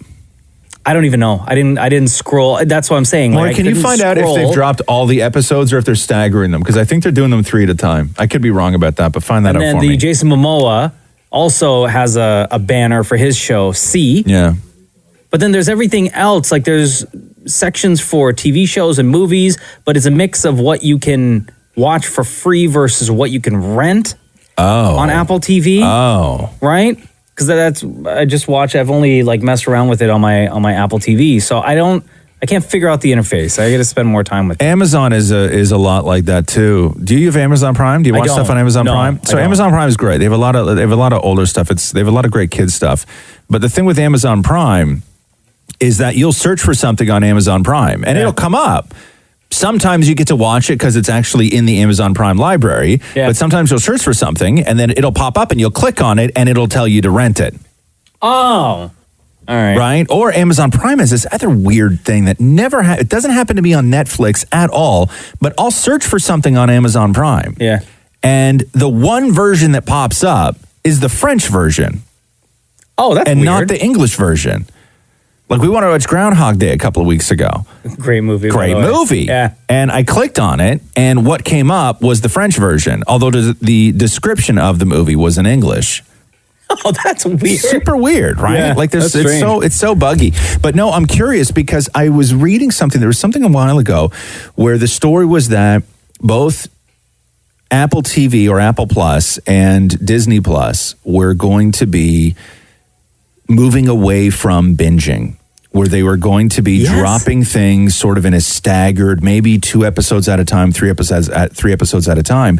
And the story was that Netflix was going to be following suit on that. Yes, because we're just so used to binging.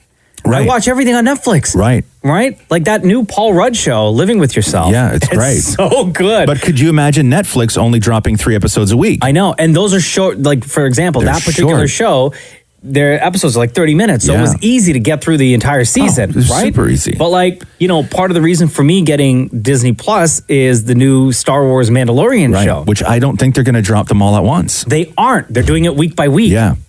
Episode by, not like in groups of episodes. Yeah. Literally 1 episode a week for the next 12 weeks starting on November 12th. And if you think that Netflix is going to sit around and be the only people that drop everything all at once, you're mistaken, because Netflix is going to start dropping things in bunches. Because if you notice with that new reality show, is it Hustle and Flow? Is that the show? No, what's it called? The Hustle, Flow, no, what is it called? It's the Cardi B, Chance the Rapper's on there, right? What's that show called? They didn't drop all the episodes at once. They dropped them, I think, 3 at a time. Really? Yeah. Yeah, everyone was talking about that show. Yeah, because it's weird. I can't hear you, Shem. Just say what you got to say. Rhythm and flow. Rhythm and flow. Thank you. Rhythm and flow.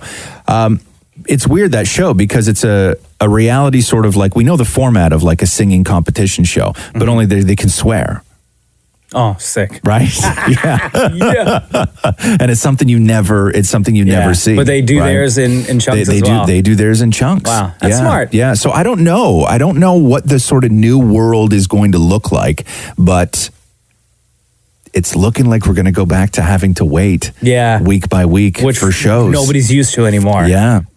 Roz and Mocha's Fix My Life. What advice can you guys give me? Okay, so my question is... Got a problem you can't fix? Roz and Mocha got you. Hello, Sarah. Hello. Sarah. How are you guys? Sarah. You don't remember that song, Mocha? That's nice. Huh? You don't remember that song? That's a song? Yeah. By who? I don't know. Somebody wrote a song called Sarah. How you doing, Sarah? I'm all right. How are you? Good. You wrote us this. Rasamoka FML Fix My Life. My brother and sister are married to the same family, meaning my brother-in-law and sister-in-law are siblings. We have always had issues, but more recently, I've had issues with their younger sister, who is 5 years older than me. She's grown to hate me due to the fact that our nieces are more attached and comfortable with me. Very presumptuous. I've stopped going to family functions because she flat out ignores me and just seems upset with my presence. I don't know what to do because we haven't addressed the issue. So explain the siblings are married? How's that work? No. So both of my older brother and sister are married to her older brother and sister. Hold on here. So your brother and sister married a brother and sister? Yeah, pretty much. I know, it's weird. So your brother-in-law and your sister-in-law, they have a sister who doesn't like you. Yeah, so it's become a bit of, I don't want to say competition, but we do share 3 nieces among each other. And the 3 of them are a little bit more attached to me just because the age gap is not so much. So my older niece is 19, and then I have another one that's 15, and then a smaller one who is 7.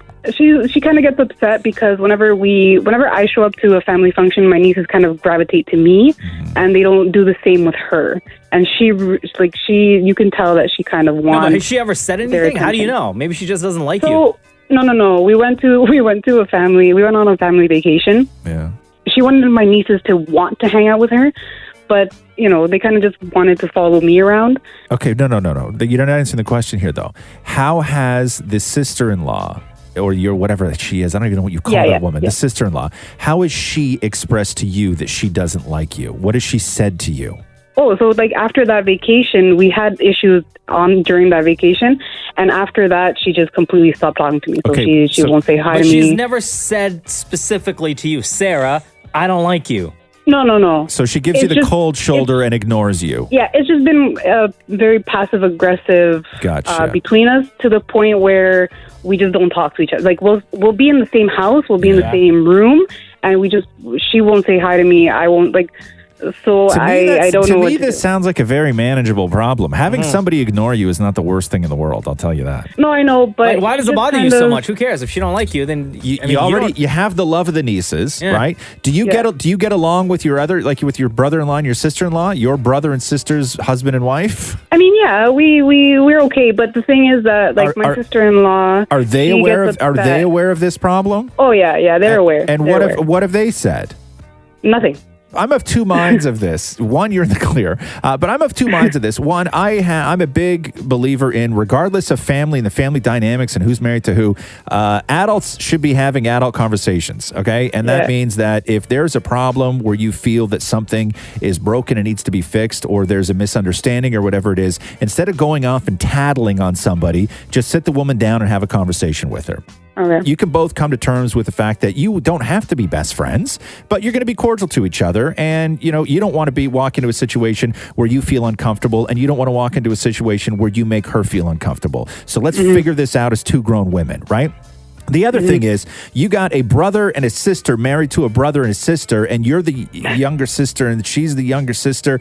And if the other people involved in this family dynamic see that something is going on and don't try and fix it or figure it out, they should want to. They shouldn't want the other people in the family to feel uncomfortable when everybody gets together.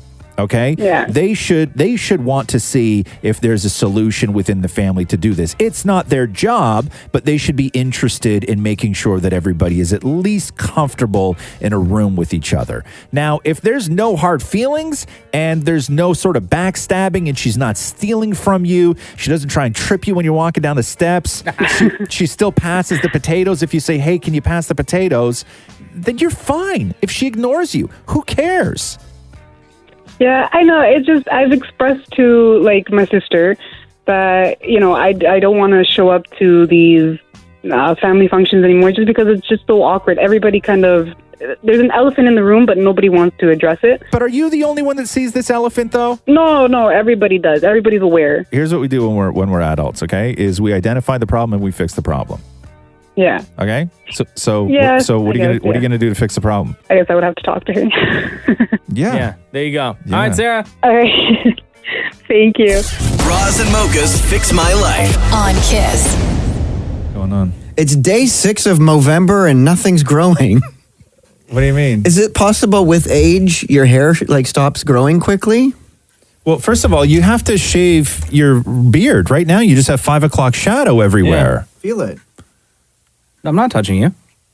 No, but feel it. No, more. but I can see more. you. You have stubble Why aren't you maintaining the rest of your face? Yeah. I was going to. My You whole don't plan. look. You don't look like somebody who is doing Movember. No, look but like my you're trying to plan grow a was to beard. grow facial hair, then shave this week, and ta-da, it's there. No, you're not allowed. There's no ta-da? No, there's no ta-da. You have to shave everything else but the mustache regularly. You can't grow a beard. Well, I started and then November shave it 1st off. with a clean face. Yes, but what I'm saying is that you have shadow right now on your face. You should have shaved yesterday. This should be longer, though, by the 6th of November. I'm very concerned. I see what you did there. No, I didn't do anything. Man. Here's what I think, though. Yeah. Because the rules of Movember are that you are not supposed to shave at all for the month, right? Just not your mustache. Not your You shave mustache. your But I face. think You Maury... can shave your face. I think Maury should just not shave at all. But that's not Movember, though. Yeah, there's rules, Mocha. Yeah, it's not beards. Beards aren't Movember. Just mustaches. Because it has to stand out and be a billboard for the campaign. Yeah. But the problem is that nothing's growing on the billboard. Do you have a page? You got your Movember page all set up? Yeah. All right. Where do people find that? You can go right now to the KISS Instagram and swipe up. Can someone donate? Why? There's nothing. It's zero. Oh, yeah, I'd like to help you out. I think that's great. I think Movember is great if you actually take it seriously and try and raise a little bit of money and I gave you awareness. money last year. and donate to you every everything year. Yeah. But yeah, no. But I'm just upset that like my face has given up. Well, Maury, I would say that your face gave up way before November 1st. Of 2019, yeah. Your face saw what everything else on your body did and was like, all right, I guess me too then. Back in like the 90s, bro. We're shutting down. All right. All right. I see where this is going. Yeah, it's been a good life. All right, cool. Listen, man. Listen, Belly. Okay? I'm not going to work so hard up here if you're going to do all that down there. You got a week. And then the face was just like, all right, screw it then. If he's out, I'm out. I quit too. And that's the lungs. They just quit. This is the Roz and Mocha Show podcast. I love this part of the podcast. Hey, Mocha. Yes. Are you ready? Aha. Let's do the news. A Roz and Mocha Show and Kiss 92.5 News Break. Did you see the story of the kid that threw a birthday party on Saturday night and then nobody showed up? I don't know how I feel about these stories. I'm really torn on them. You think it's fake? No. Oh God, no. I hope not. No. I feel too much for these stories where parents throw a party for a kid and they invite all their friends and classmates and nobody shows up, and my heart breaks because I don't know if it's the right thing to then immediately take it to social media and possibly put the kid through more humiliation and heartbreak. Every now and then it works out when it goes viral. Yeah. Right? Every now and then when you post a picture of a kid in front of his cake and there's no other kids in the room and you say, my heart is breaking because I threw a party for my kid and nobody showed up, so please wish him a happy birthday. It's real great when it works and it goes viral and Luke Skywalker winds up saying happy birthday to your kid. That's awesome. But there's a lot of times that this doesn't work. I know. And but this is one of the times where it did work. I know. Jason Foster put this out on Twitter yesterday. It said, my son Cade had his 11th birthday party last night. None of his invited friends came. That hurt. I'm asking my Twitter friends to show some love. If you have a minute, please send him a birthday wish. And then tag Mitch Marner from the Leafs, John Tavares from the Leafs, and of course, at Maple Leafs. So Leafs replied, said, happy birthday, Cade. Love the cake. He had a Toronto Maple Leafs cake in the picture that his dad posted. Mitch Marner replied, wanted to wish my friend Cade a happy 11th birthday. Your friends from the Maple Leafs have a surprise gift coming your way. And then John Tavares replied, happy 11th birthday, Cade. All your friends on the team look forward to celebrating with you. I'm hearing it's going to be quite the surprise. Austin Matthew replied, said happy birthday, Cade. Justin Trudeau said happy birthday. Will Arnett said happy birthday. You mentioned Luke Skywalker. Yes, Mark Hamill replied happy birthday. Chantal Kraviasic, who I love. Yeah, she's great. She said, hi, Cade. I'm not a Toronto Maple Leafs, but I saw that it was your birthday and that your friend's disappointed. When I was a kid once, my closest friend did have me at her birthday. I was so shocked. Sorry, didn't have me at her birthday. I was so shocked. Kids are weird sometimes. Try to forgive. Humans in general, kind of hard to figure out. You have a hashtag rad dad. So Cade was getting like tons of messages. And it's awesome. And it's awesome when it works. It is. I just don't know if I encourage this, that's all. And because don't get me wrong, it's amazing when it works. My heart breaks for this kid, and it's just awesome. Also, John Tavares, you shouldn't be on social media. Just get better, okay? Just saying. I'm just saying. Okay? I'm just saying. It's real great and all that, like, he's, taking part, but, it takes one wrong move for that hand to get messed up again. Matthew's already tweeted the kid. Okay? Team effort. This is the Roz and Mocha Show podcast.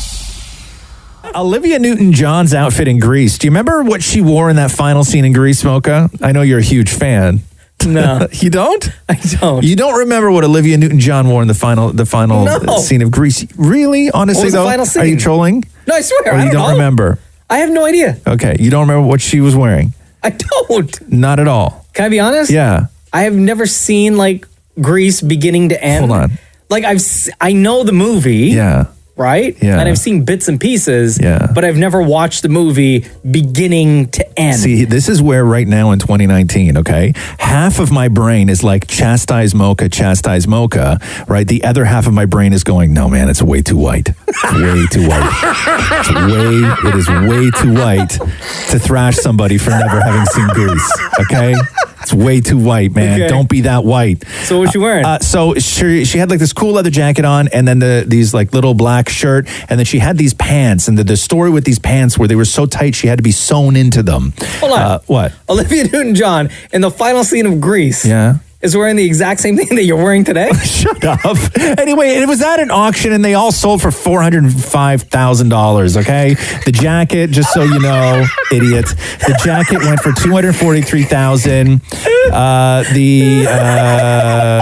The pants went for $162,500. One of the pink ladies' jackets sold for $50,000. Okay, that's the end of it. Thanks, man. Thanks for playing along. Jerk. Oh, God, I missed you, bro. You're such a jerk. Here we go. The Roz and Mocha Show Podcast. We were talking the other day about how Olivia Newton-John's outfit from the end of Grease sold at auction. And the leather jacket went for a ridiculous amount of money, but the super tight pants that Olivia Newton-John wore at the end, and the story had always been that they were so tight that she had to be sewn into them every day before they shot that final montage, the big dance scene. Much like you, every day. And at the auction, shut up, man. You got that big team of Stop it, seamstresses. What's the matter with you?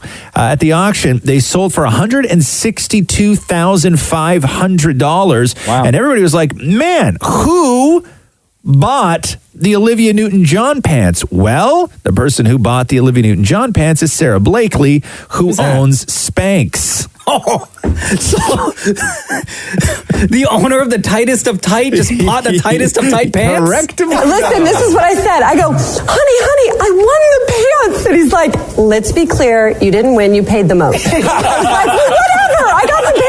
You lost the auction. Here's the $162,000 question. What do you do with them? Okay, what I do with them is Spanx. I'm going to frame them and hang them at Spanx because we have black faux leather leggings. They have become a cult following. And they're inspired off of Olivia's pants. Yeah. So, you know, she's the OG of black leggings. I had to own them as the Spanx founder. Yes. And I'm also just a huge fan of hers, and it was for charity. Wow. See? It's $162,000 for a pair of pants, though, man. Oof.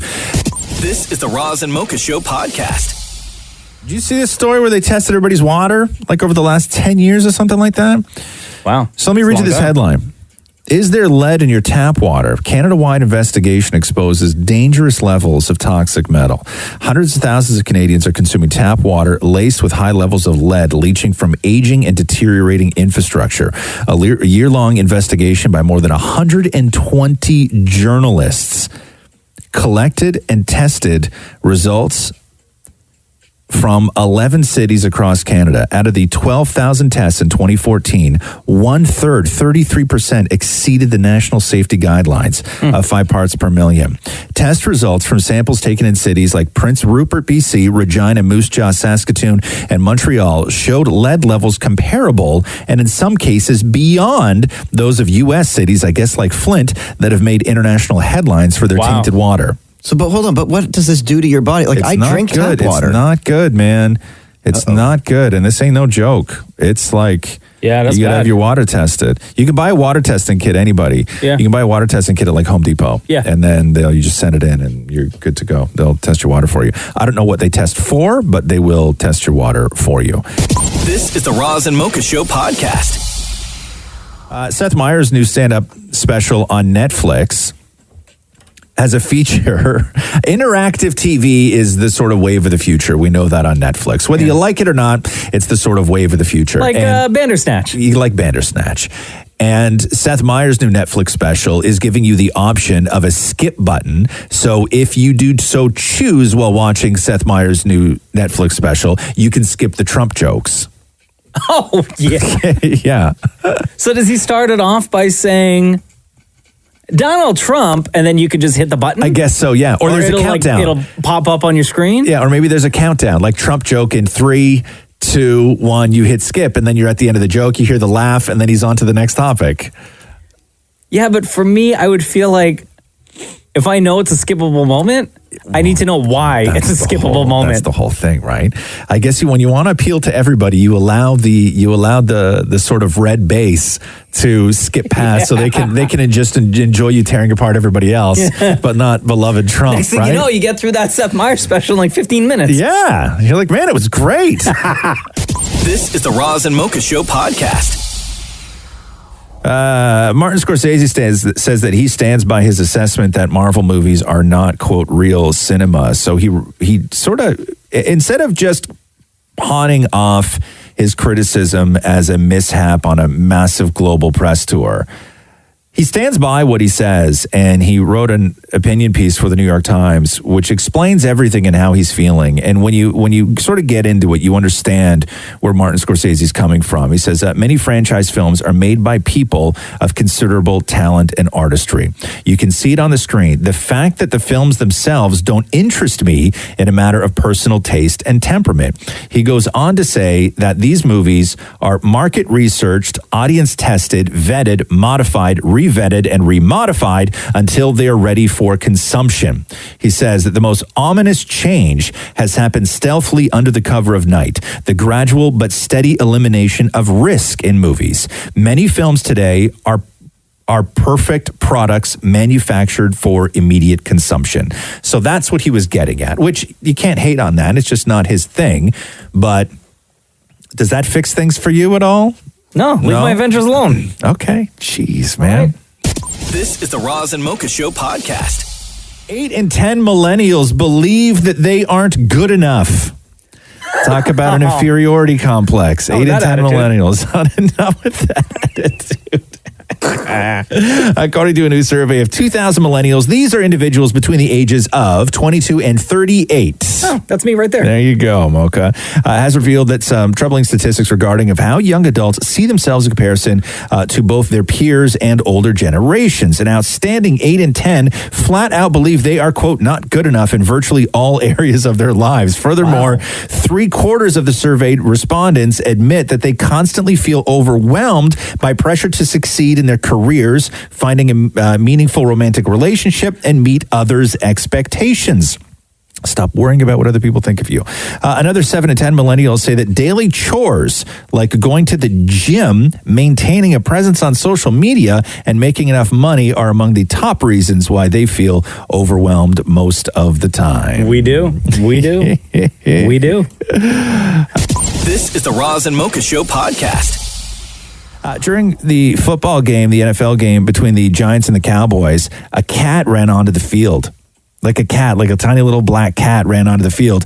And Kevin Harlan, who was doing the commentary, instead of sort of saying, hey, there's a cat, he worked in the cat to the actual game. Listen to this. A black cat is running from the 20 to the near side, the 10. From the 39 in Dallas, here's a short throw down the middle, caught by Ingram. Caught at the 35, went to the 30. Now the cat running the other way. And so is Ingram at the 30 to the 25 to the 24-yard line. It's a catch run at 15. Now the cat is stopped at the 50. They've stopped playing. The players with hands on hips are watching the cat run and zigzag all over the field. Now he's at the 5. He's walking to the 3. State troopers come on the field, and the cat runs into the end zone. That is a touchdown. And the cat is elusive, which now climbs up into the stands, and the fans are running for their line. Now it goes back on the field again, and it runs up the tunnel. Yo, that guy, way to take that situation and make it so entertaining. Okay, so he did this, I think it was last year. He did the same thing. No, when was it? Tell me now. 2016, thank you. So Kevin Harlan, the commentator, the play-by-play guy, did this exact same thing in 2016 when, no, not a cat ran onto the field, but when a drunk ran onto the field. Hey, somebody has run out on the field. Some goofball in a hat and a red shirt. Now he takes off the shirt. He's running down the middle by the 50. He's at the 30. He's bare-chested and banging his chest. Now he runs the opposite way. He runs at the 50. He runs at the 40. The guy is drunk, but there he goes. The 20. They're chasing him. They're not going to get him. Waving his arms, bare-chested. Somebody stop Look that out, man. here comes the blue coat, Oh, Kevin. they got him. Here comes They're coming the blue from the coats. left. Oh, and they tackle him at the 40-yard line. Yo, this guy, he sounds like a wrestling commentator.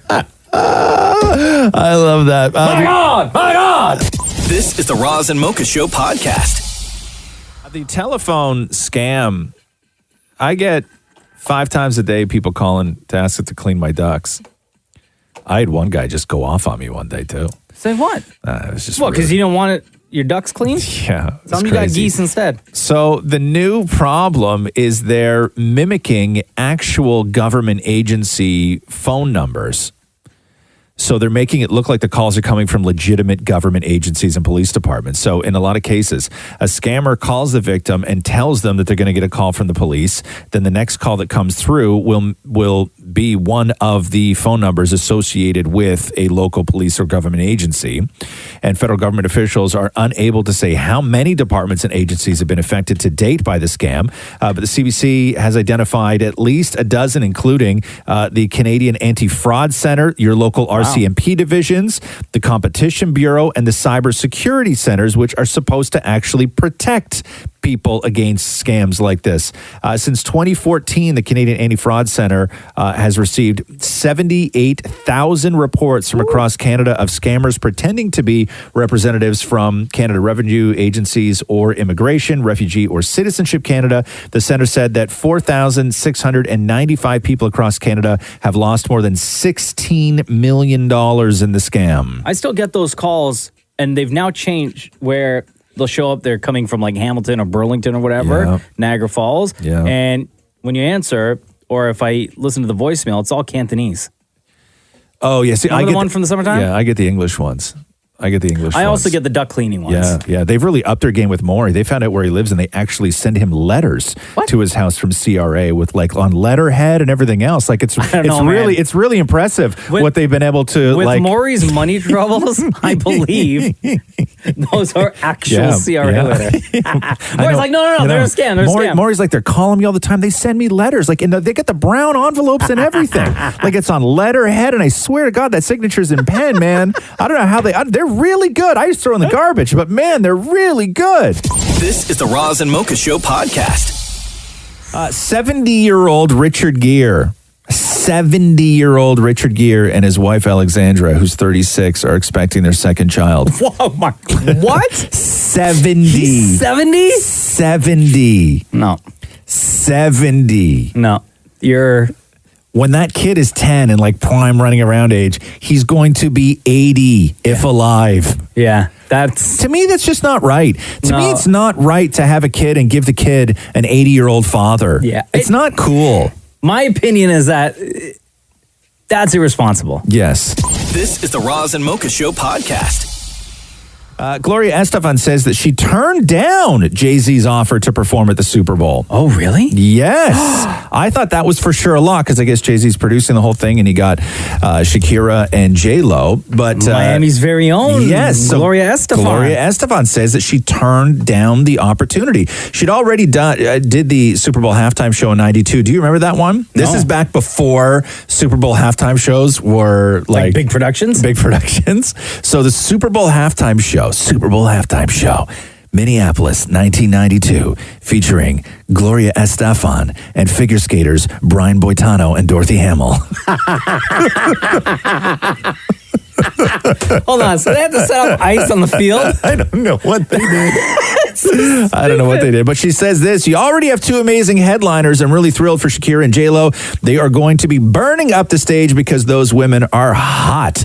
So she had to turn down an appearance. Wait, but does that mean then that the sound machine still can't go and be like, I don't think you can. The backup band? I don't think you can, If they were like, yes, finally. I don't think you can. And then Gloria was like, shut it down? Yeah.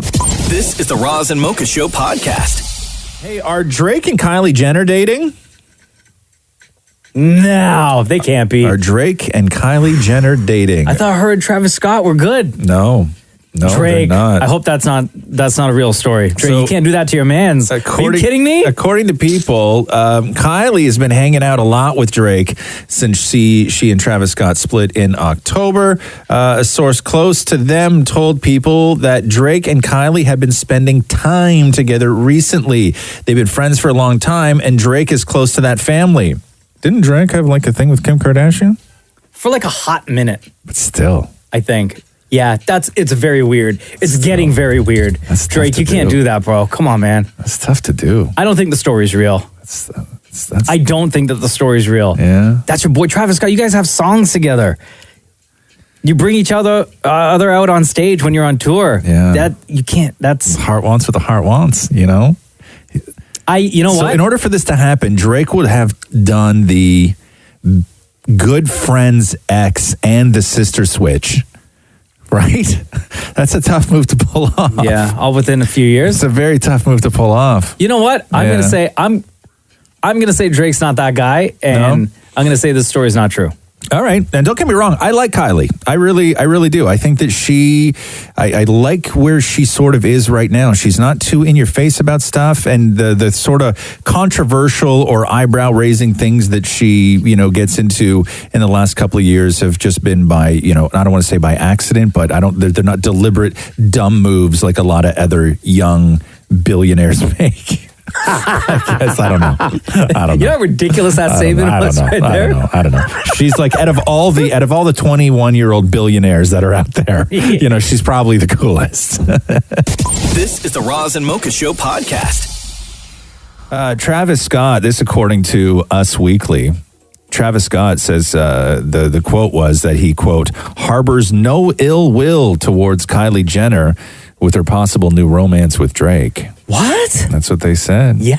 They said that Travis Scott reportedly is cool towards Kylie Jenner dating, quote, any of her friends, including Drake.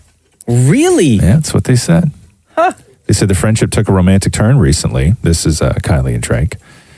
After his Halloween party and then at Kendall's birthday party and all that stuff. So I don't know, man. New couple alert. I wonder when she's going to visit his new spot in the bridle path. Yeah, I don't know. That big old mansion he built in Toronto. Yeah. Can we just say right now that these two, their couple names should just simply be Cake?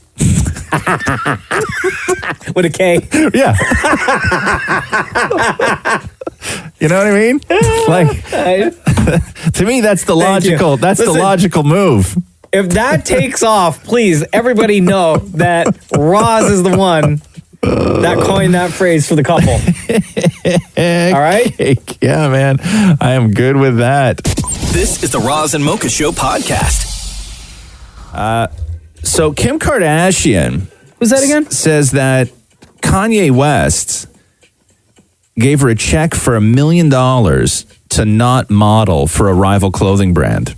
Huh? So there's all these fast fashion companies that are online, and like the day after awards shows or big fashion, like all the big fashion weeks around the world, they literally within 24 hours on their website will have all perfect knockoffs of everything that you just saw on either awards shows or fashion week or whatever. Fashion Nova is like notorious. Yeah. They're probably the most popular brand that does this. So a company approached Kim Kardashian, who is a notorious Yeezy ripoff organization. Yeah. And they were like, hey, how about $1 million to just model something for one Instagram post? $1 million bucks. Yeah. And Kim was like, God, I can pick any of the stuff that I want. It's one post, no big deal, $1 million. But then she had a conversation with Kanye, and they realized that this would be not a good thing to do. It's not a good look to model for a Yeezy ripoff outlet when you are married to Yeezy.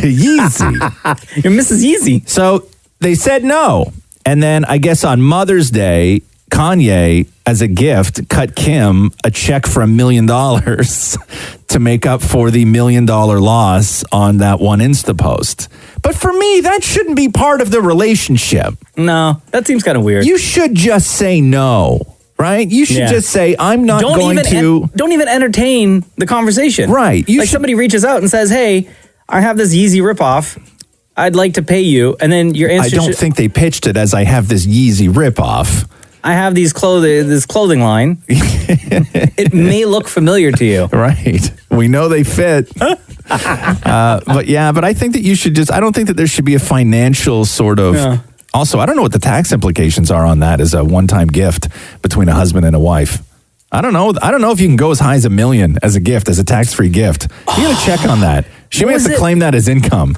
What was it? If that's the case, that's a dumb gift. What was it that Andy Dufresne said in Shawshank when he was on the roof and that one cop, that one bailiff, I don't know, was always giving him a hard time, and he was talking about taxes and the government taking money, and then Andy Dufresne said to him, legally you can give your wife a gift of up to X amount of dollars and the government can't come after you for it. Yeah, well, I'm also not familiar with the IRS laws from the 40s. Like, you're asking a lot of me right now this early in the morning. This is the Roz and Mocha Show podcast. Rapper T.I. was on a podcast and just lit everything on fire. He lit the podcast on fire. He lit his life on fire. He lit Twitter on fire. Because he goes on this podcast with these two women and he talks about, in a very hilarious way, how he still takes his 18-year-old daughter every year after her birthday to the gynecologist to make sure that she's still a virgin. Listen to this. We have yearly trips to the gynecologist to check her hymen. We'll go and the doctor will come and talk, and then they come and say, okay, I just want you to know there are other ways besides sex that the hymen can be broken. Bike riding, horseback riding. That's aggressive. Other forms of athletic physical activity. Is she an athlete? No. I say, look, doc. She's not. She don't ride no horses. She don't ride no bikes. She don't play no sports, man. Just check the hymen, please. And give me back my results. My results. Wow. Yeah. No wonder everything blew up for him yesterday. Right? Like, this is... And not in a good way. And you can't really hear it in that clip because there's just a lot of editing so he could get to that horrific point. But the two women who host that podcast, this was the most hysterical story they've ever heard. And not one of them sort of stepped in and questioned him on that. And I get it, it's your guest, and I get all that stuff. But when you listen to it, it's just three people who this is the funniest, greatest thing that they've ever heard somebody say. And it's when you... Yo, how embarrassing for his daughter, though, too. Dude, the whole thing is just so... And he hasn't said anything about it yet. I don't think so. I just don't know how you get to that point. I don't know how you become that person. I really don't. It's just wild to me. Wild. Roz and Mocha Q&A. Every week on Instagram, we post a picture that reads Ask Roz and Mocha. That's where you fill up the comment section with all of your questions, and we'll try to burn through as many as we can right now. Is for real your name Shields? Yeah, that's right. Shields. Shields. Yep. Okay. How old are you? I'm 14. You a boy or a girl? I'm a boy. Okay. So listen, is Shields short for something? Nope, that's just my last name. Oh, gotcha. Your last name is Shields. What's your first name? My first name's Ben. Ben. It's hard to tell with 14-year-olds. So your question is this, Ben. How old were you when you had your first kiss? Why are you interested in this? Have you had your first kiss yet? No, unfortunately, I have not. Unfortunately. You got lots of time, buddy. Don't worry about that. Geez. Is this something that you talk about with your friends, Ben? Yeah, it actually does. It does. Okay. And what do you and your friends talk about? I don't know. Mostly, when we're at school, mostly just video games, sometimes girls, and sometimes just school. Okay, but but when you talk about like something like a first kiss, what is the conversation that you guys have? Like, are you nervous about it? Are you like, how do those conversations go? Oh, well, most of my friends are confident, so like, I don't know. They sometimes tell me who made the first move or how it went. Yeah. It's tough, man. It's tough. That first kiss, you really have to you got to make sure, you have to really, really make sure that both of you want the exact same thing at the exact same time. Because that first kiss is such a big gamble, whether it's you going in for it or it's her going in for it. And what makes the first kiss magical is when it just happens, right? It's like lightning. It's incredible. Yeah. What makes the first kiss awkward is when you start having a conversation about whether or not you're going to kiss. Yeah.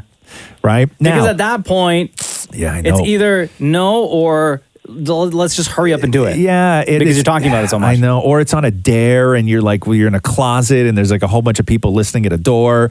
But you have to make sure. So however you sort of, negotiate this with whoever's going to be your first kiss, you have to make sure that she wants it as much as you want it. You know what I mean? If they're like, she's got to be in the right headspace, you got to be in the right headspace, and you got to, kind of both be right there on the same wavelength. Otherwise it's just not good. All right, so to answer Ben's question, Ross, we'll start with you. How old were you when you had your first kiss? Like my first real kiss or like my first kid kiss? Like my first real kiss? I guess. Like French? Yes. You know what that is, right, Ben? French? Yeah, of course. Yeah, of course he does. Oh, sorry. Stud. I think I first Frenched a girl when I was maybe 11. Really? 10 or 11. Yeah. How long did it last? What's that? How long did it last? How long did what last? The Frenching? Yeah. Yeah, not that long. I don't, it was like a whole 30 seconds? Oh, yeah, definitely. Yeah. But I didn't really know. Like, we didn't really know. Like 10, I would say 10, maybe 11 years old. Yeah. Maybe 11 years old, I Frenched. My very first kiss, first kiss, was kindergarten. I was 4 years old. I had one of those, like a tiny little whatever. But, like, serious kiss with tongue and everything. Yeah, Frenching, yeah. That was 8 years old. Wow. Yeah. I was 8 years old. I was in grade 3. Yeah. And every single day after school, me and this girl would go at the back of the school by the gym, by the doors to the gym. Yeah. Maury? Wow. Well, I learned how to kiss at overnight Jew camp where one guy had walked a girl back to her cabin and then came back and we all gathered around his bunk bed and he taught us how to do it and what it was like. How did he teach you how to kiss? Like with his hands, right? Oh. But my first kiss was with my one other boyfriend, Justin, when I was 18. 18? And we were in the shower. We were in the bath. Let me tell you something, Maury. By the time I was 18, I probably had 24 pregnancy scares with women. But I remember we were sitting and you in a bath kissing for the first time. Yeah. We were sitting on the inside the bath with the shower pouring down on us. Clothed or not clothed? Like in like our underwear. Okay. Like our hands were on each other's upper thighs and we were looking at each other giggling. Right. And Madonna's Rain was playing and we like went in for it. Wow. Okay, but you both knew what you were going to do, right? It was the moment. It wasn't like a shock to his either mom of went you. out to like the drugstore, so we had half an hour. Right. Wow. Yeah, you got to take those moments, though. Yeah, it's tough when you're 14, though, Shields. It's really tough. Yeah. Yeah, but I would say this: just don't rush it. It's not a race. Yep. I just need to find the right person. I would concentrate, being 14, I would concentrate on building actual human relationships as opposed to, DMing somebody that you maybe go to school with or, having those conversations over text or through Instagram or through DMs or whatever it is. Try and avoid that as much as you can because what winds up happening is you're going to build a closeness with somebody and that closeness is going to live, only sort of through the device. You guys are going to be really, really great with each other through DMs. And then when you see each other in real life, it's going to feel awkward and you're maybe going to think that, oh, that didn't go so well. And then as soon as you guys separate, you're going to start DMing each other again and you're going to realize that that's the best part of the relationship. So don't go down that road where you start building these connections with people through DMs and through text. Try and do the majority of the connecting that you have and the steps forward that you have with a person in real life. That was a long Okay, that's actually really good advice. Thank you. Yeah, you got it. All right, Ben. Thanks so much for your question, bro. Thank you for answering it. Yeah, later. Bye. Ashley Langley asks this question. Where would you like to take your next vacation? Oh, jeez. Well, we should probably skip over you, Roz. Why? Because you hate vacation. I do hate vacation. Like let me rephrase that. You hate traveling places. Yeah, but I do love Mexico though. Mm-hmm. I would always go to Mexico. I will always go to Mexico. I have never not had a fantastic time in Mexico. So I would say if I am going to go away somewhere, it will most likely be Mexico. Mexico? Yeah, but I hate traveling. I don't enjoy the process of it. Like Catherine, now that Roxy's getting older, they're talking about, Catherine's talking about going to, on a safari in Africa and just doing all this stuff and going to Paris and everything. And you're else. like, send me a postcard? I can't do it. I'm like, I can't fly to Africa. FaceTime me when you get there. You know what I mean? Like me in Tanzania, I'm going to be like, here's my thing, and I know what's going to happen is I will ruin the vacation for both of them because I'm so just underwhelmed by everything that I wind up making it inadvertently not fun for everyone. Like we will land in Africa. We're going to like get our bags. We're going to jump in a Jeep. We're going to check into like whatever lodge, spa thing there is. We're going to go out in the morning and we're going to see an elephant and I'm going to be blown away and I'm going to be like, oh my God, that thing is so magical and so beautiful. How can anybody ever think about killing something like that? And then we're going to go back to the hotel and I'm going to be done with everything. Yeah. What time? In one day. What time are we heading? What time are we heading back to the airport? Yeah. I'm going to be done with everything And in Catherine one will be day. like, in like 12 days, we're heading to the airport. Yeah, we're going to do a hot air balloon and then we're going to camp in the jet. No, we're not doing that, right? Like, I don't like that stuff. And you know, even going to someplace as magical as Paris or something like this, I don't want to go to a museum. I don't want to go to an art gallery, right? Maybe I want to go to a restaurant. But you know, if they don't have exactly what I like, I won't like it. And you don't like a lot of things anyway. And I don't like a lot of things, right? And in a hotel, Catherine's like, well, listen, these trips don't have to cost a lot because I don't care where we stay. And then I go, but I really care where we stay. Yeah. Right? So then you just end up staying home. So that I'm fine to stay home. Yeah. Right? Like it's just, so the idea, that's why I like traveling for work. I've been all over the world for work. I like it. I go there. I have a purpose to be there. Nobody wants to drag me around to do touristy things. And if I actually am not enjoying myself, it's understandable because I am there for work. Yeah. Right? Also, when you travel for work, you're only there like what, 2, maybe 3 days tops? Which is all I need. Yeah. Which is anybody who says that they need to go somewhere for longer than a week is lying. Well, I mean, No, you don't. There's nowhere in the world that you would need to go to longer than a week. Nowhere in the world. Damn it, Maury. We want to go for 2 weeks to Portugal next Boring. summer. No, I'm kidding. You already went to Portugal, though. I know. We wanted to go But back you to love it, Portugal. though. We love it, the mainland, and on our bucket list is London. We want to go to London so badly, and I would do anything to take Matthew to Israel. But Have you ever been to London? No. You've never been to London? No. Have you personally or just not the two of you? No, me personally. You've never been to You've London. never been to London. Oh, you would love London. Oh, I Yeah. know. And the art galleries are free. Sure. I wouldn't even know. And even if you were to go, you'd be so bored. Yeah, Ross. I would be so bored in an art. I'm so bored in an art gallery. The Tate Modern. You can look at some Warhols. Oh God, please! I can look here. Watch right now.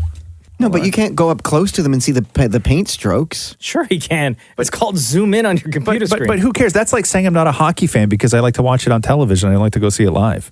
Well, no, I think that's different. I mean, Why is it different? What is there to look up close at? Their pores? What do you mean? No, like I don't like watching hockey live. I like watching it on television. I don't need to see an Andy Warhol with my own eyes when I can just Google it.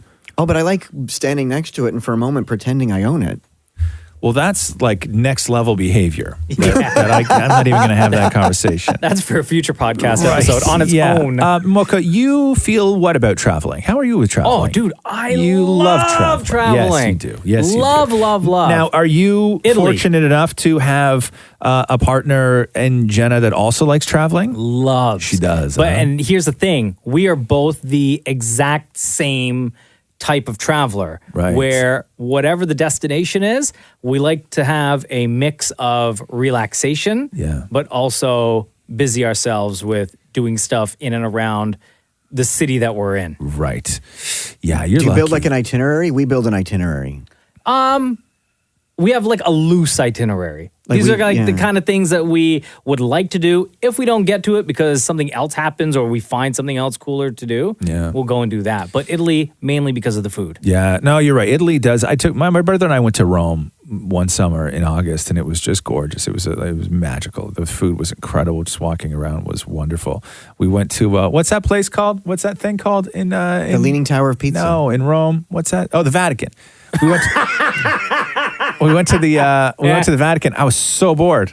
Were you really? So bored. Oh, there's so much to look at, though. I was so bored. You don't have to be religious, which you're not. I get that. No, you know what I thought was cool? The first time I saw like a group of little tiny nuns walking by, and I was like, oh my God, look at the little tiny nuns, right? But you can see that here at the set of The Handmaid's Tale. And then I just keep walking, and there's like another little tiny. But you didn't group like of look nuns. around and like see the architectural design and like it's fine. the It's fine. paintings It's fine. and- But here's what I don't like: when you go to those places, there's too many rules.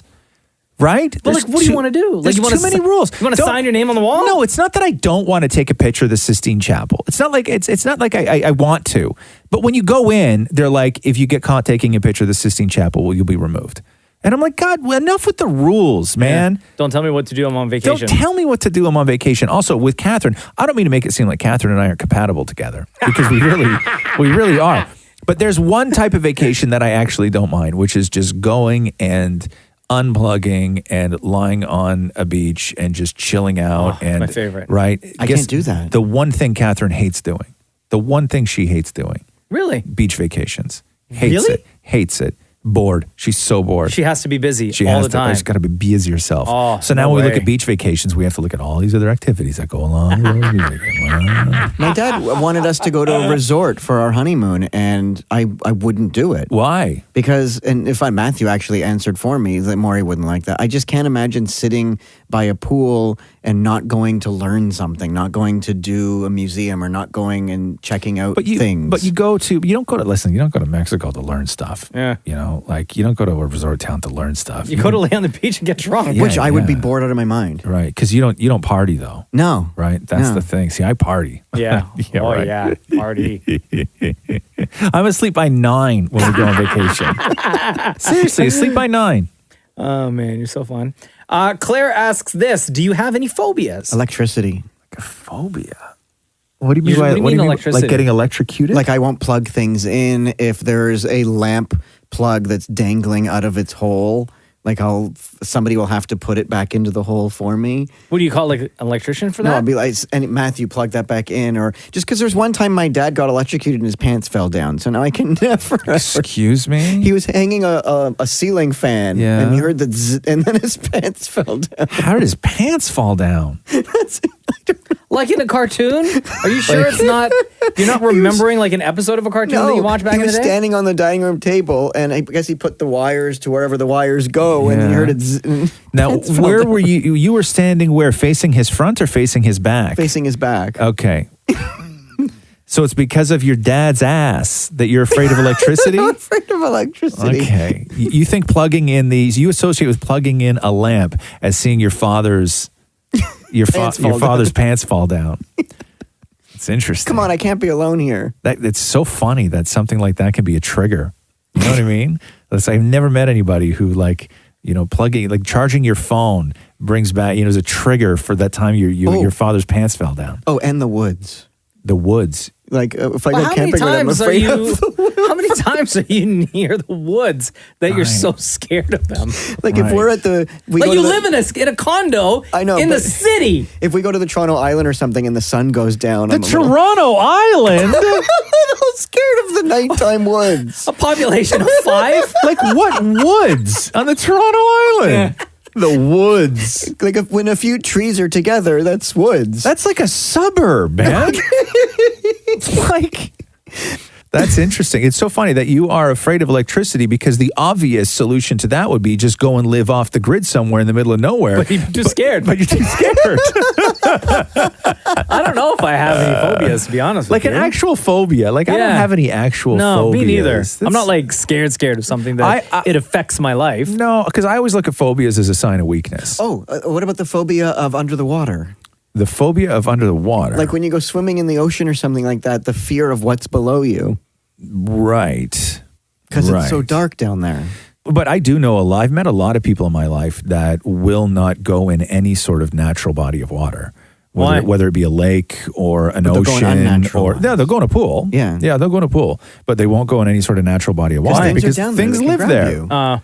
Things live there, right? Who wants that? Seaweed and like fish and God. I will say I absolutely hate when if I'm on the beach, get into the water, first couple of steps, and like seaweed starts getting tangled in my toes. Really? Oh, gross. No? Disgusting. Yeah, you hate that. I hate it. Yeah. Oh, what about the fear of having people sit behind you? Excuse me. Like if we go to a restaurant or something like that, I don't like when people are sitting behind me. I like to sit against a wall. Right. Facing I don't know if outwards. that's a fear. It's not a phobia, though. Is that not a phobia? No, it's not a phobia. No, I don't know if I have any. I don't really have any Thunder? phobias. Thunder? Again, this will be for another episode of the podcast, separate one on its own. Yeah. Tixiana, who we love, she listens to the radio show all the time. She listens to our podcast all the time. She's left us a couple of reviews on Apple Podcasts and asks questions in Ask Roz and Mocha almost on a weekly basis. If you could only choose one thing to eat for the rest of your life, what would you choose?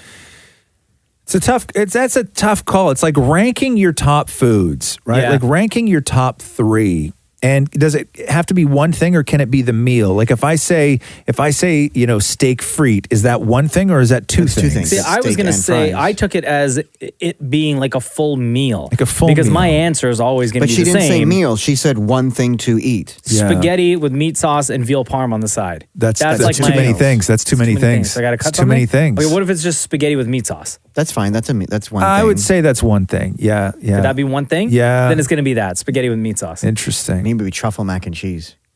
Oh, you would stink always. More than now? Well, I'm going to go with, if I had to, I'm going with Pizza. Chicken wings. Oh, chicken wings. Okay, yeah. Yeah. That's fair. And if I had it like a never-ending supply of freshly crisp, deep-fried chicken wings, like a chicken wings vending machine. Yeah, no, I would be happy. Cheeseburgers, really love cheeseburgers. Pizza, man, Chicken it's wings are fine. great. Pizza's not in my top 3 though. No, huh? No. Definitely wings. Definitely burgers. Definitely. Yeah, burgers. Popcorn. Burgers would be number 2 on my list. Yeah. I would always go pasta 1, burgers 2, and then maybe steak 3. Steak I like steak. No, for me, I eat more chicken than I eat anything else. Though. Truffle mac and cheese, popcorn, and pierogies. Truffle mac and cheese, popcorn, and pierogi. How much popcorn do you eat? Oh, I eat popcorn all the time. Really? Because Like I just at sit in front of home? the TV and we have bags of Smart Food. I just go and get Smart Oh, Food. smart food. That's different than popcorn. But if I go Smart to the food's movies, a whole other I have to get thing. the movie theater popcorn. But Smart Food is the closest thing to movie You theater. know, I would like smart food if there was somebody on the couch who would lick all that stuff off my hands for me. What time do you need me there? Because that's the part of smart food that I don't like. But you don't- because you Is all the can't. dust It's that the you got dust on your because fingers? it Yeah. cakes on. Because the worst thing you can do with smart food is actually lick your fingers. Because as soon as you put even a moist finger back in that bag, okay, it comes out caked more than it did before it went in. But you just get the plain Smart Food popcorn. What do you mean? But then Like the one without what's the anything point on then? it. That's it's just regular popcorn. What- Might as well just make it at home. What are you talking about? Like eat the non-white cheese popcorn? Yeah. Oh, hell no. Why would I ever do that? Yeah, that seems to me like a waste. Smart food is popcorn with the white cheese sauce on it. Yeah. Or But the then white if cheese you dust don't have the on it. white cheese, then you solved your problem. I wouldn't about eat that though. Yeah. That's because what I eat. that's not smart food. I love any of the flavored smart foods. Yeah. Or Yeah. the Buddha Bowl avocado popcorn. Excuse me. It's Too available. much. No. Too What much. is that? Buddha bowl avocado It's popcorn? like made with avocado oil. It comes in a bag. Oh I like straight up movie theater popcorn, or I Yeah. like smart food, the cheesy smart You know food. you can though. Uber Eats from the movie theater now. Yeah, that's crazy. I know somebody who does that. Seriously? Yeah, they order the nachos with one side of cheese off What? Uber Eats. Is it your girlfriend? No, and it probably costs From them the like movie theater? $30 from Cineplex Odeon. It shows up on Uber Eats all the time. Yeah, there's a desk downstairs now at the No, I know the you can do theater. that, Yeah. but Yeah. like Yeah, you can get nachos from the concession. Yes. from Yeah. no, but you can get like great nachos from anywhere else in the city. But some people like the movie theater it's nachos. the movie theater nachos and the movie theater nacho sauce. I just is what find that the people movie like. theater Melted nachos cheese. sometimes they're not as like you may get a bad batch where it's not as crunchy as Yeah, crispy. sometimes they suck. Yeah, absolutely. Right? But people still Uber Eats movie theater I food. wonder if any like we have like people, Twizzlers and nachos. Could you imagine how much that would cost? Oh. Movie theater prices on top of Ridiculous. Uber Eats? Yeah. You're like $30 for popcorn. Kushik asks, what's one thing that your parents didn't let you do that other parents let their kids do? I know when I was growing up, there was a kid that lived next door, Steven, and his dad would let him back the car out of the driveway onto Good the one. street, Good one. right? We didn't live on a busy street. Yeah. And I used to always ask my dad, but my dad had like one of them big brown Gran Torinos. Yeah. And he was just like, absolutely not. Right. Absolutely not. Yeah. And I always wanted to just back the car out of the Oh, driveway. because that was just the coolest thing when you were a kid Yeah. was the old man letting you drive the car a And- little bit and and here's the back it out thing. of the drive. Steven used to show off, Yeah. right? He would do the move where his Yeah. left hand on the steering wheel, the right hand over the back of the passenger seat. Right. And you turn your head and you're looking back as you're reversing. Right. I used to show off like that. I'm like, Steven, I can do the same thing, bro. Yeah. We never went on vacation when I was a kid. At all? No. Really? No, one time we went to like Why? a resort in Aurelia. A couple of different reasons. One, Because money. you hate traveling. Because I hate Maybe traveling. that's why you hate traveling. I think so. No, one, we went to like a resort one time, but we did like a lot of fun stuff. Like I had a very fun, fulfilled childhood. Yeah. But we never went on like a family vacation anywhere. Like growing up, I never went on. You didn't do like the typical March break in Florida? No. We never went to America. Like we never went anywhere. Oh. Not even Buffalo? No. Because it was weird because my old man, and I found this out years later, my old man was in Vietnam, right? Mm-hmm. And so what happened was he got stop loss twice, I think, which means that you finish a tour and then they all but force you to go back and do another tour. And he didn't want to. And he had finished 2 tours and they wanted him to go back for a third. And so what happened was that his mom and dad at the time were living in Montreal. And so he went back and he was stationed on leave in California. And he left California, I think the story goes, and he came up to Montreal to see his mom and dad. And he never went back. Is that like a draft dodger? No. Really? Screw you. He went AWOL. There's a difference. Draft dodgers never fought. Oh. So he went AWOL. Yeah. And so what happened was... if he crossed back over the border? See, here's the thing, okay, is that the problem always was this, is that when George H.W. Bush,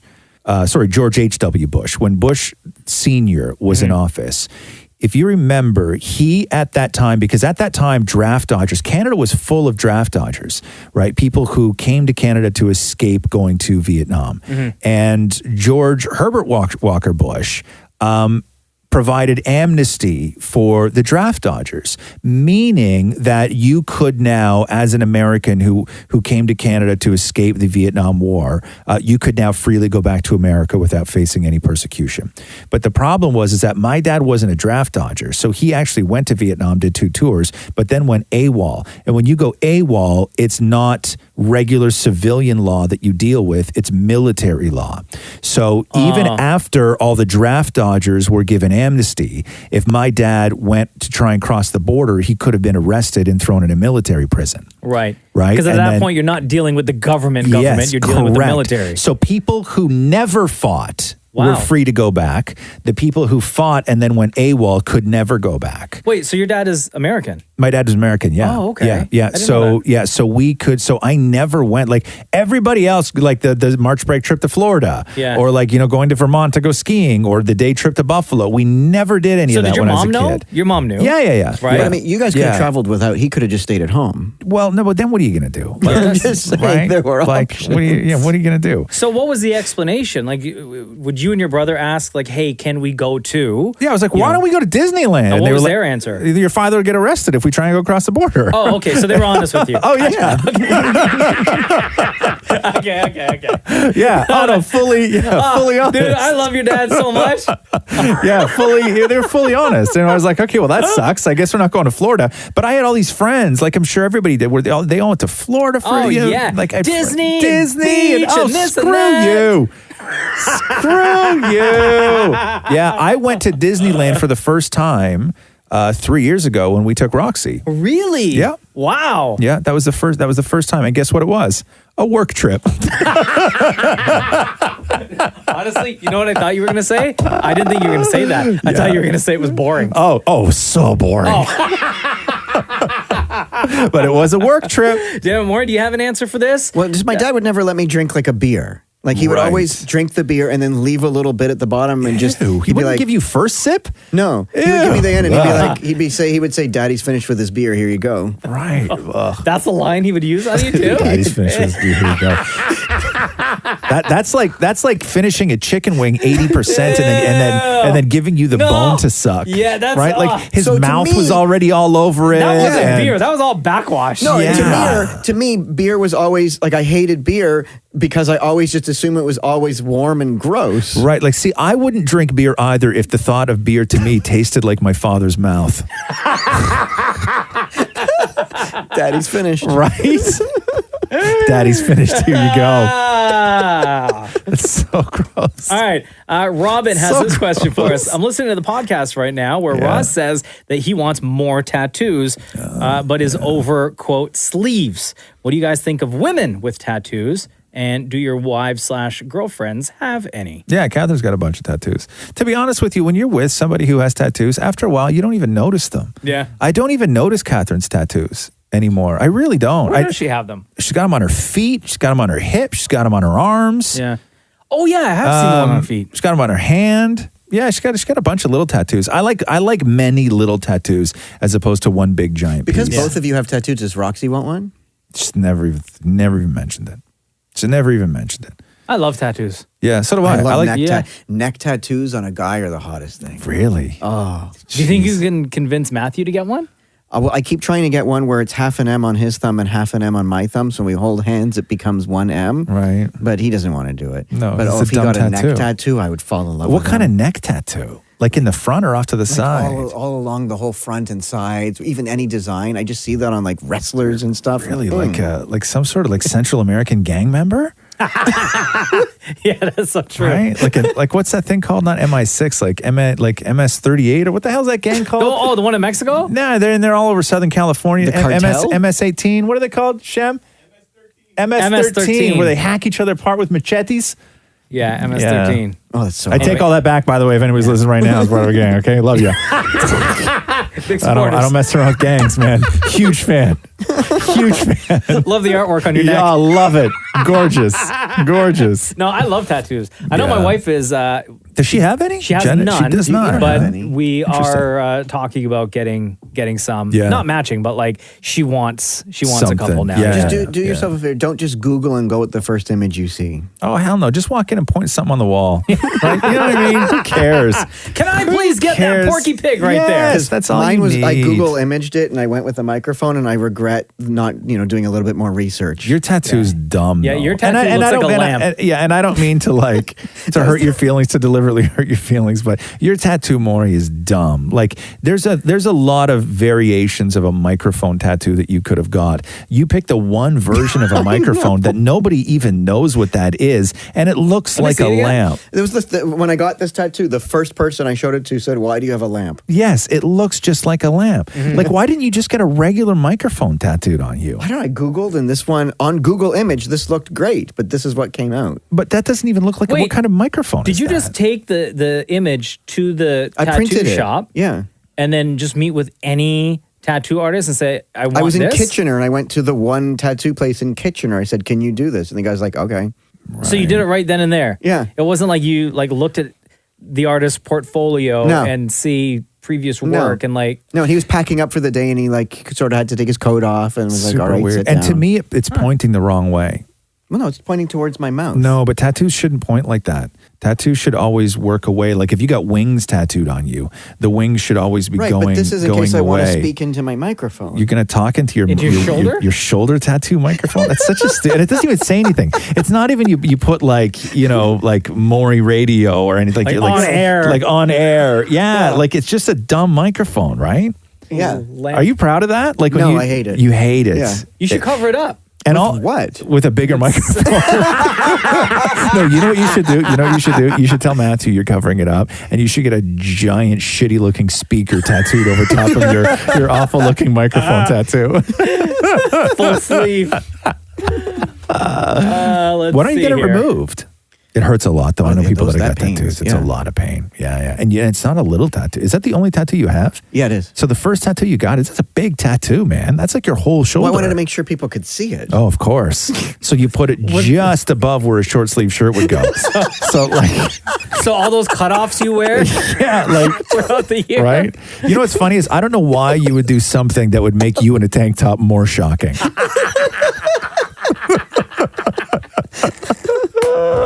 Like, why would you give people one extra reason to laugh at you shirtless?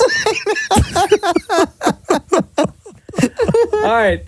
As we continue, Celeste Bianca has like 3 questions here. Oh, geez. Let's go. Okay. In your opinion, what do you believe is the most important part about being a parent? Meaning, What is the most important thing a parent can do for their child? Be more specific than saying unconditional love. Wow, that is such a broad question, Celeste.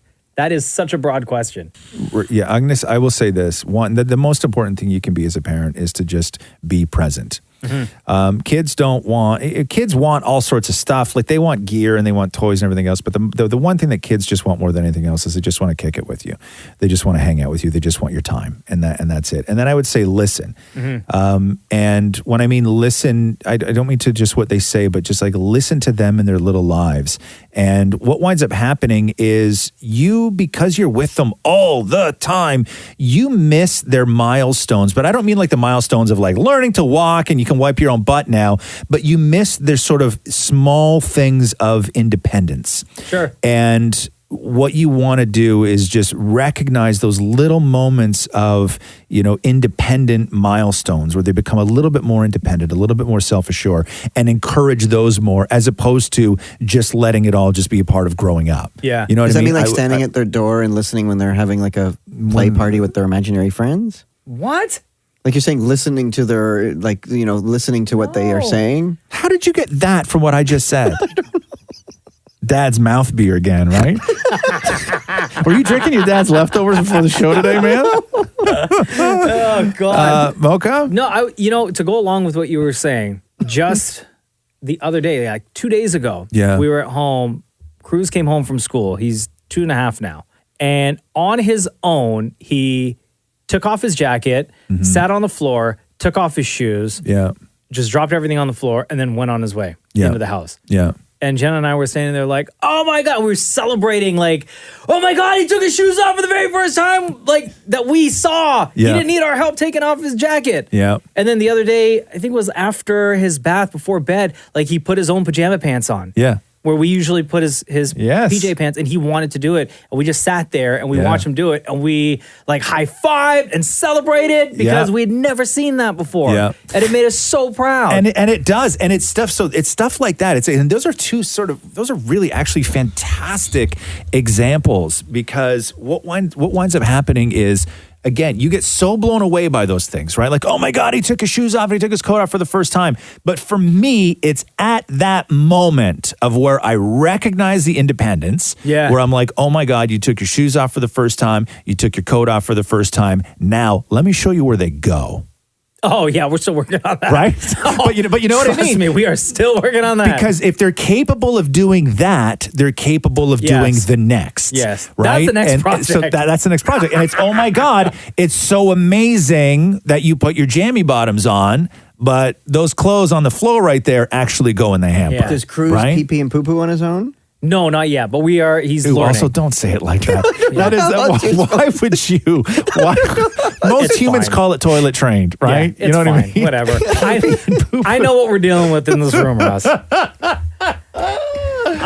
the other thing, is... Does he have a potty? He does. We have one in the living room. Yeah. We have one in his room. Yeah. And then he's got like a... I remember. Customized seat.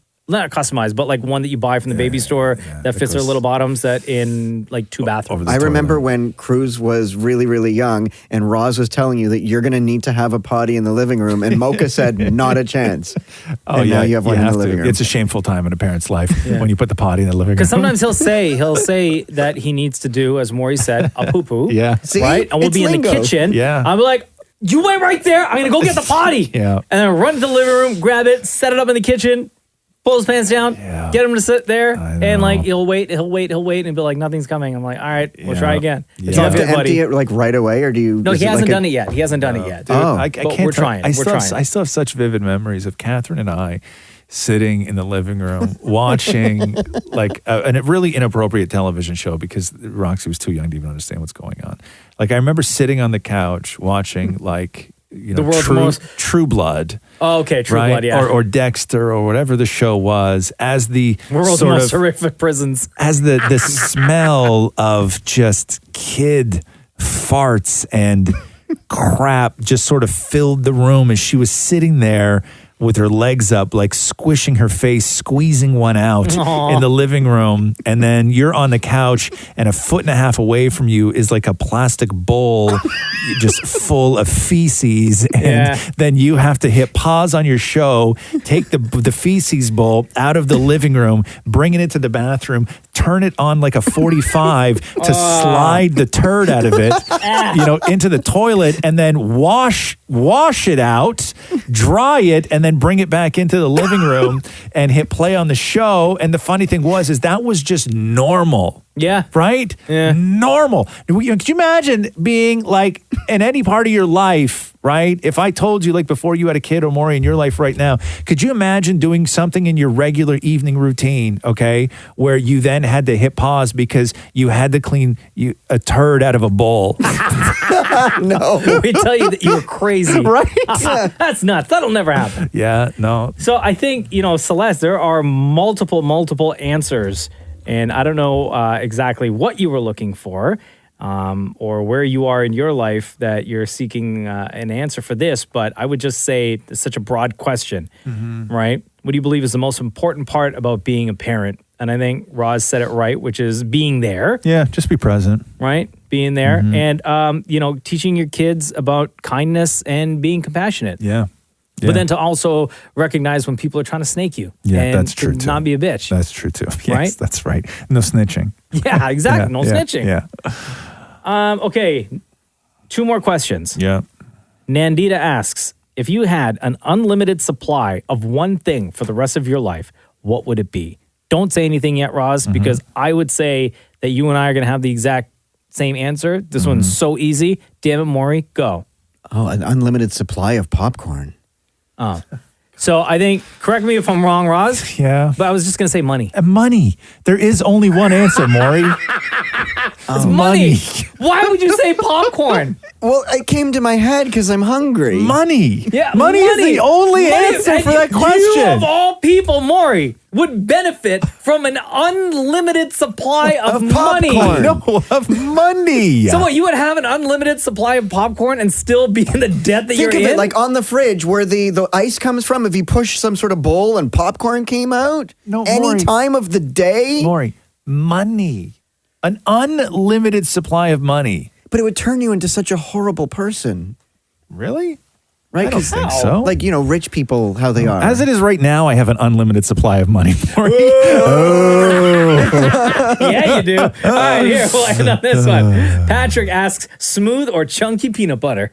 Oh, smooth. Chunky. Smooth. Really? Yeah. No. Yeah. First of all, I'm not a huge peanut butter fan. I but love if peanut I'm butter. if I'm doing peanut butter, 1,000% smooth.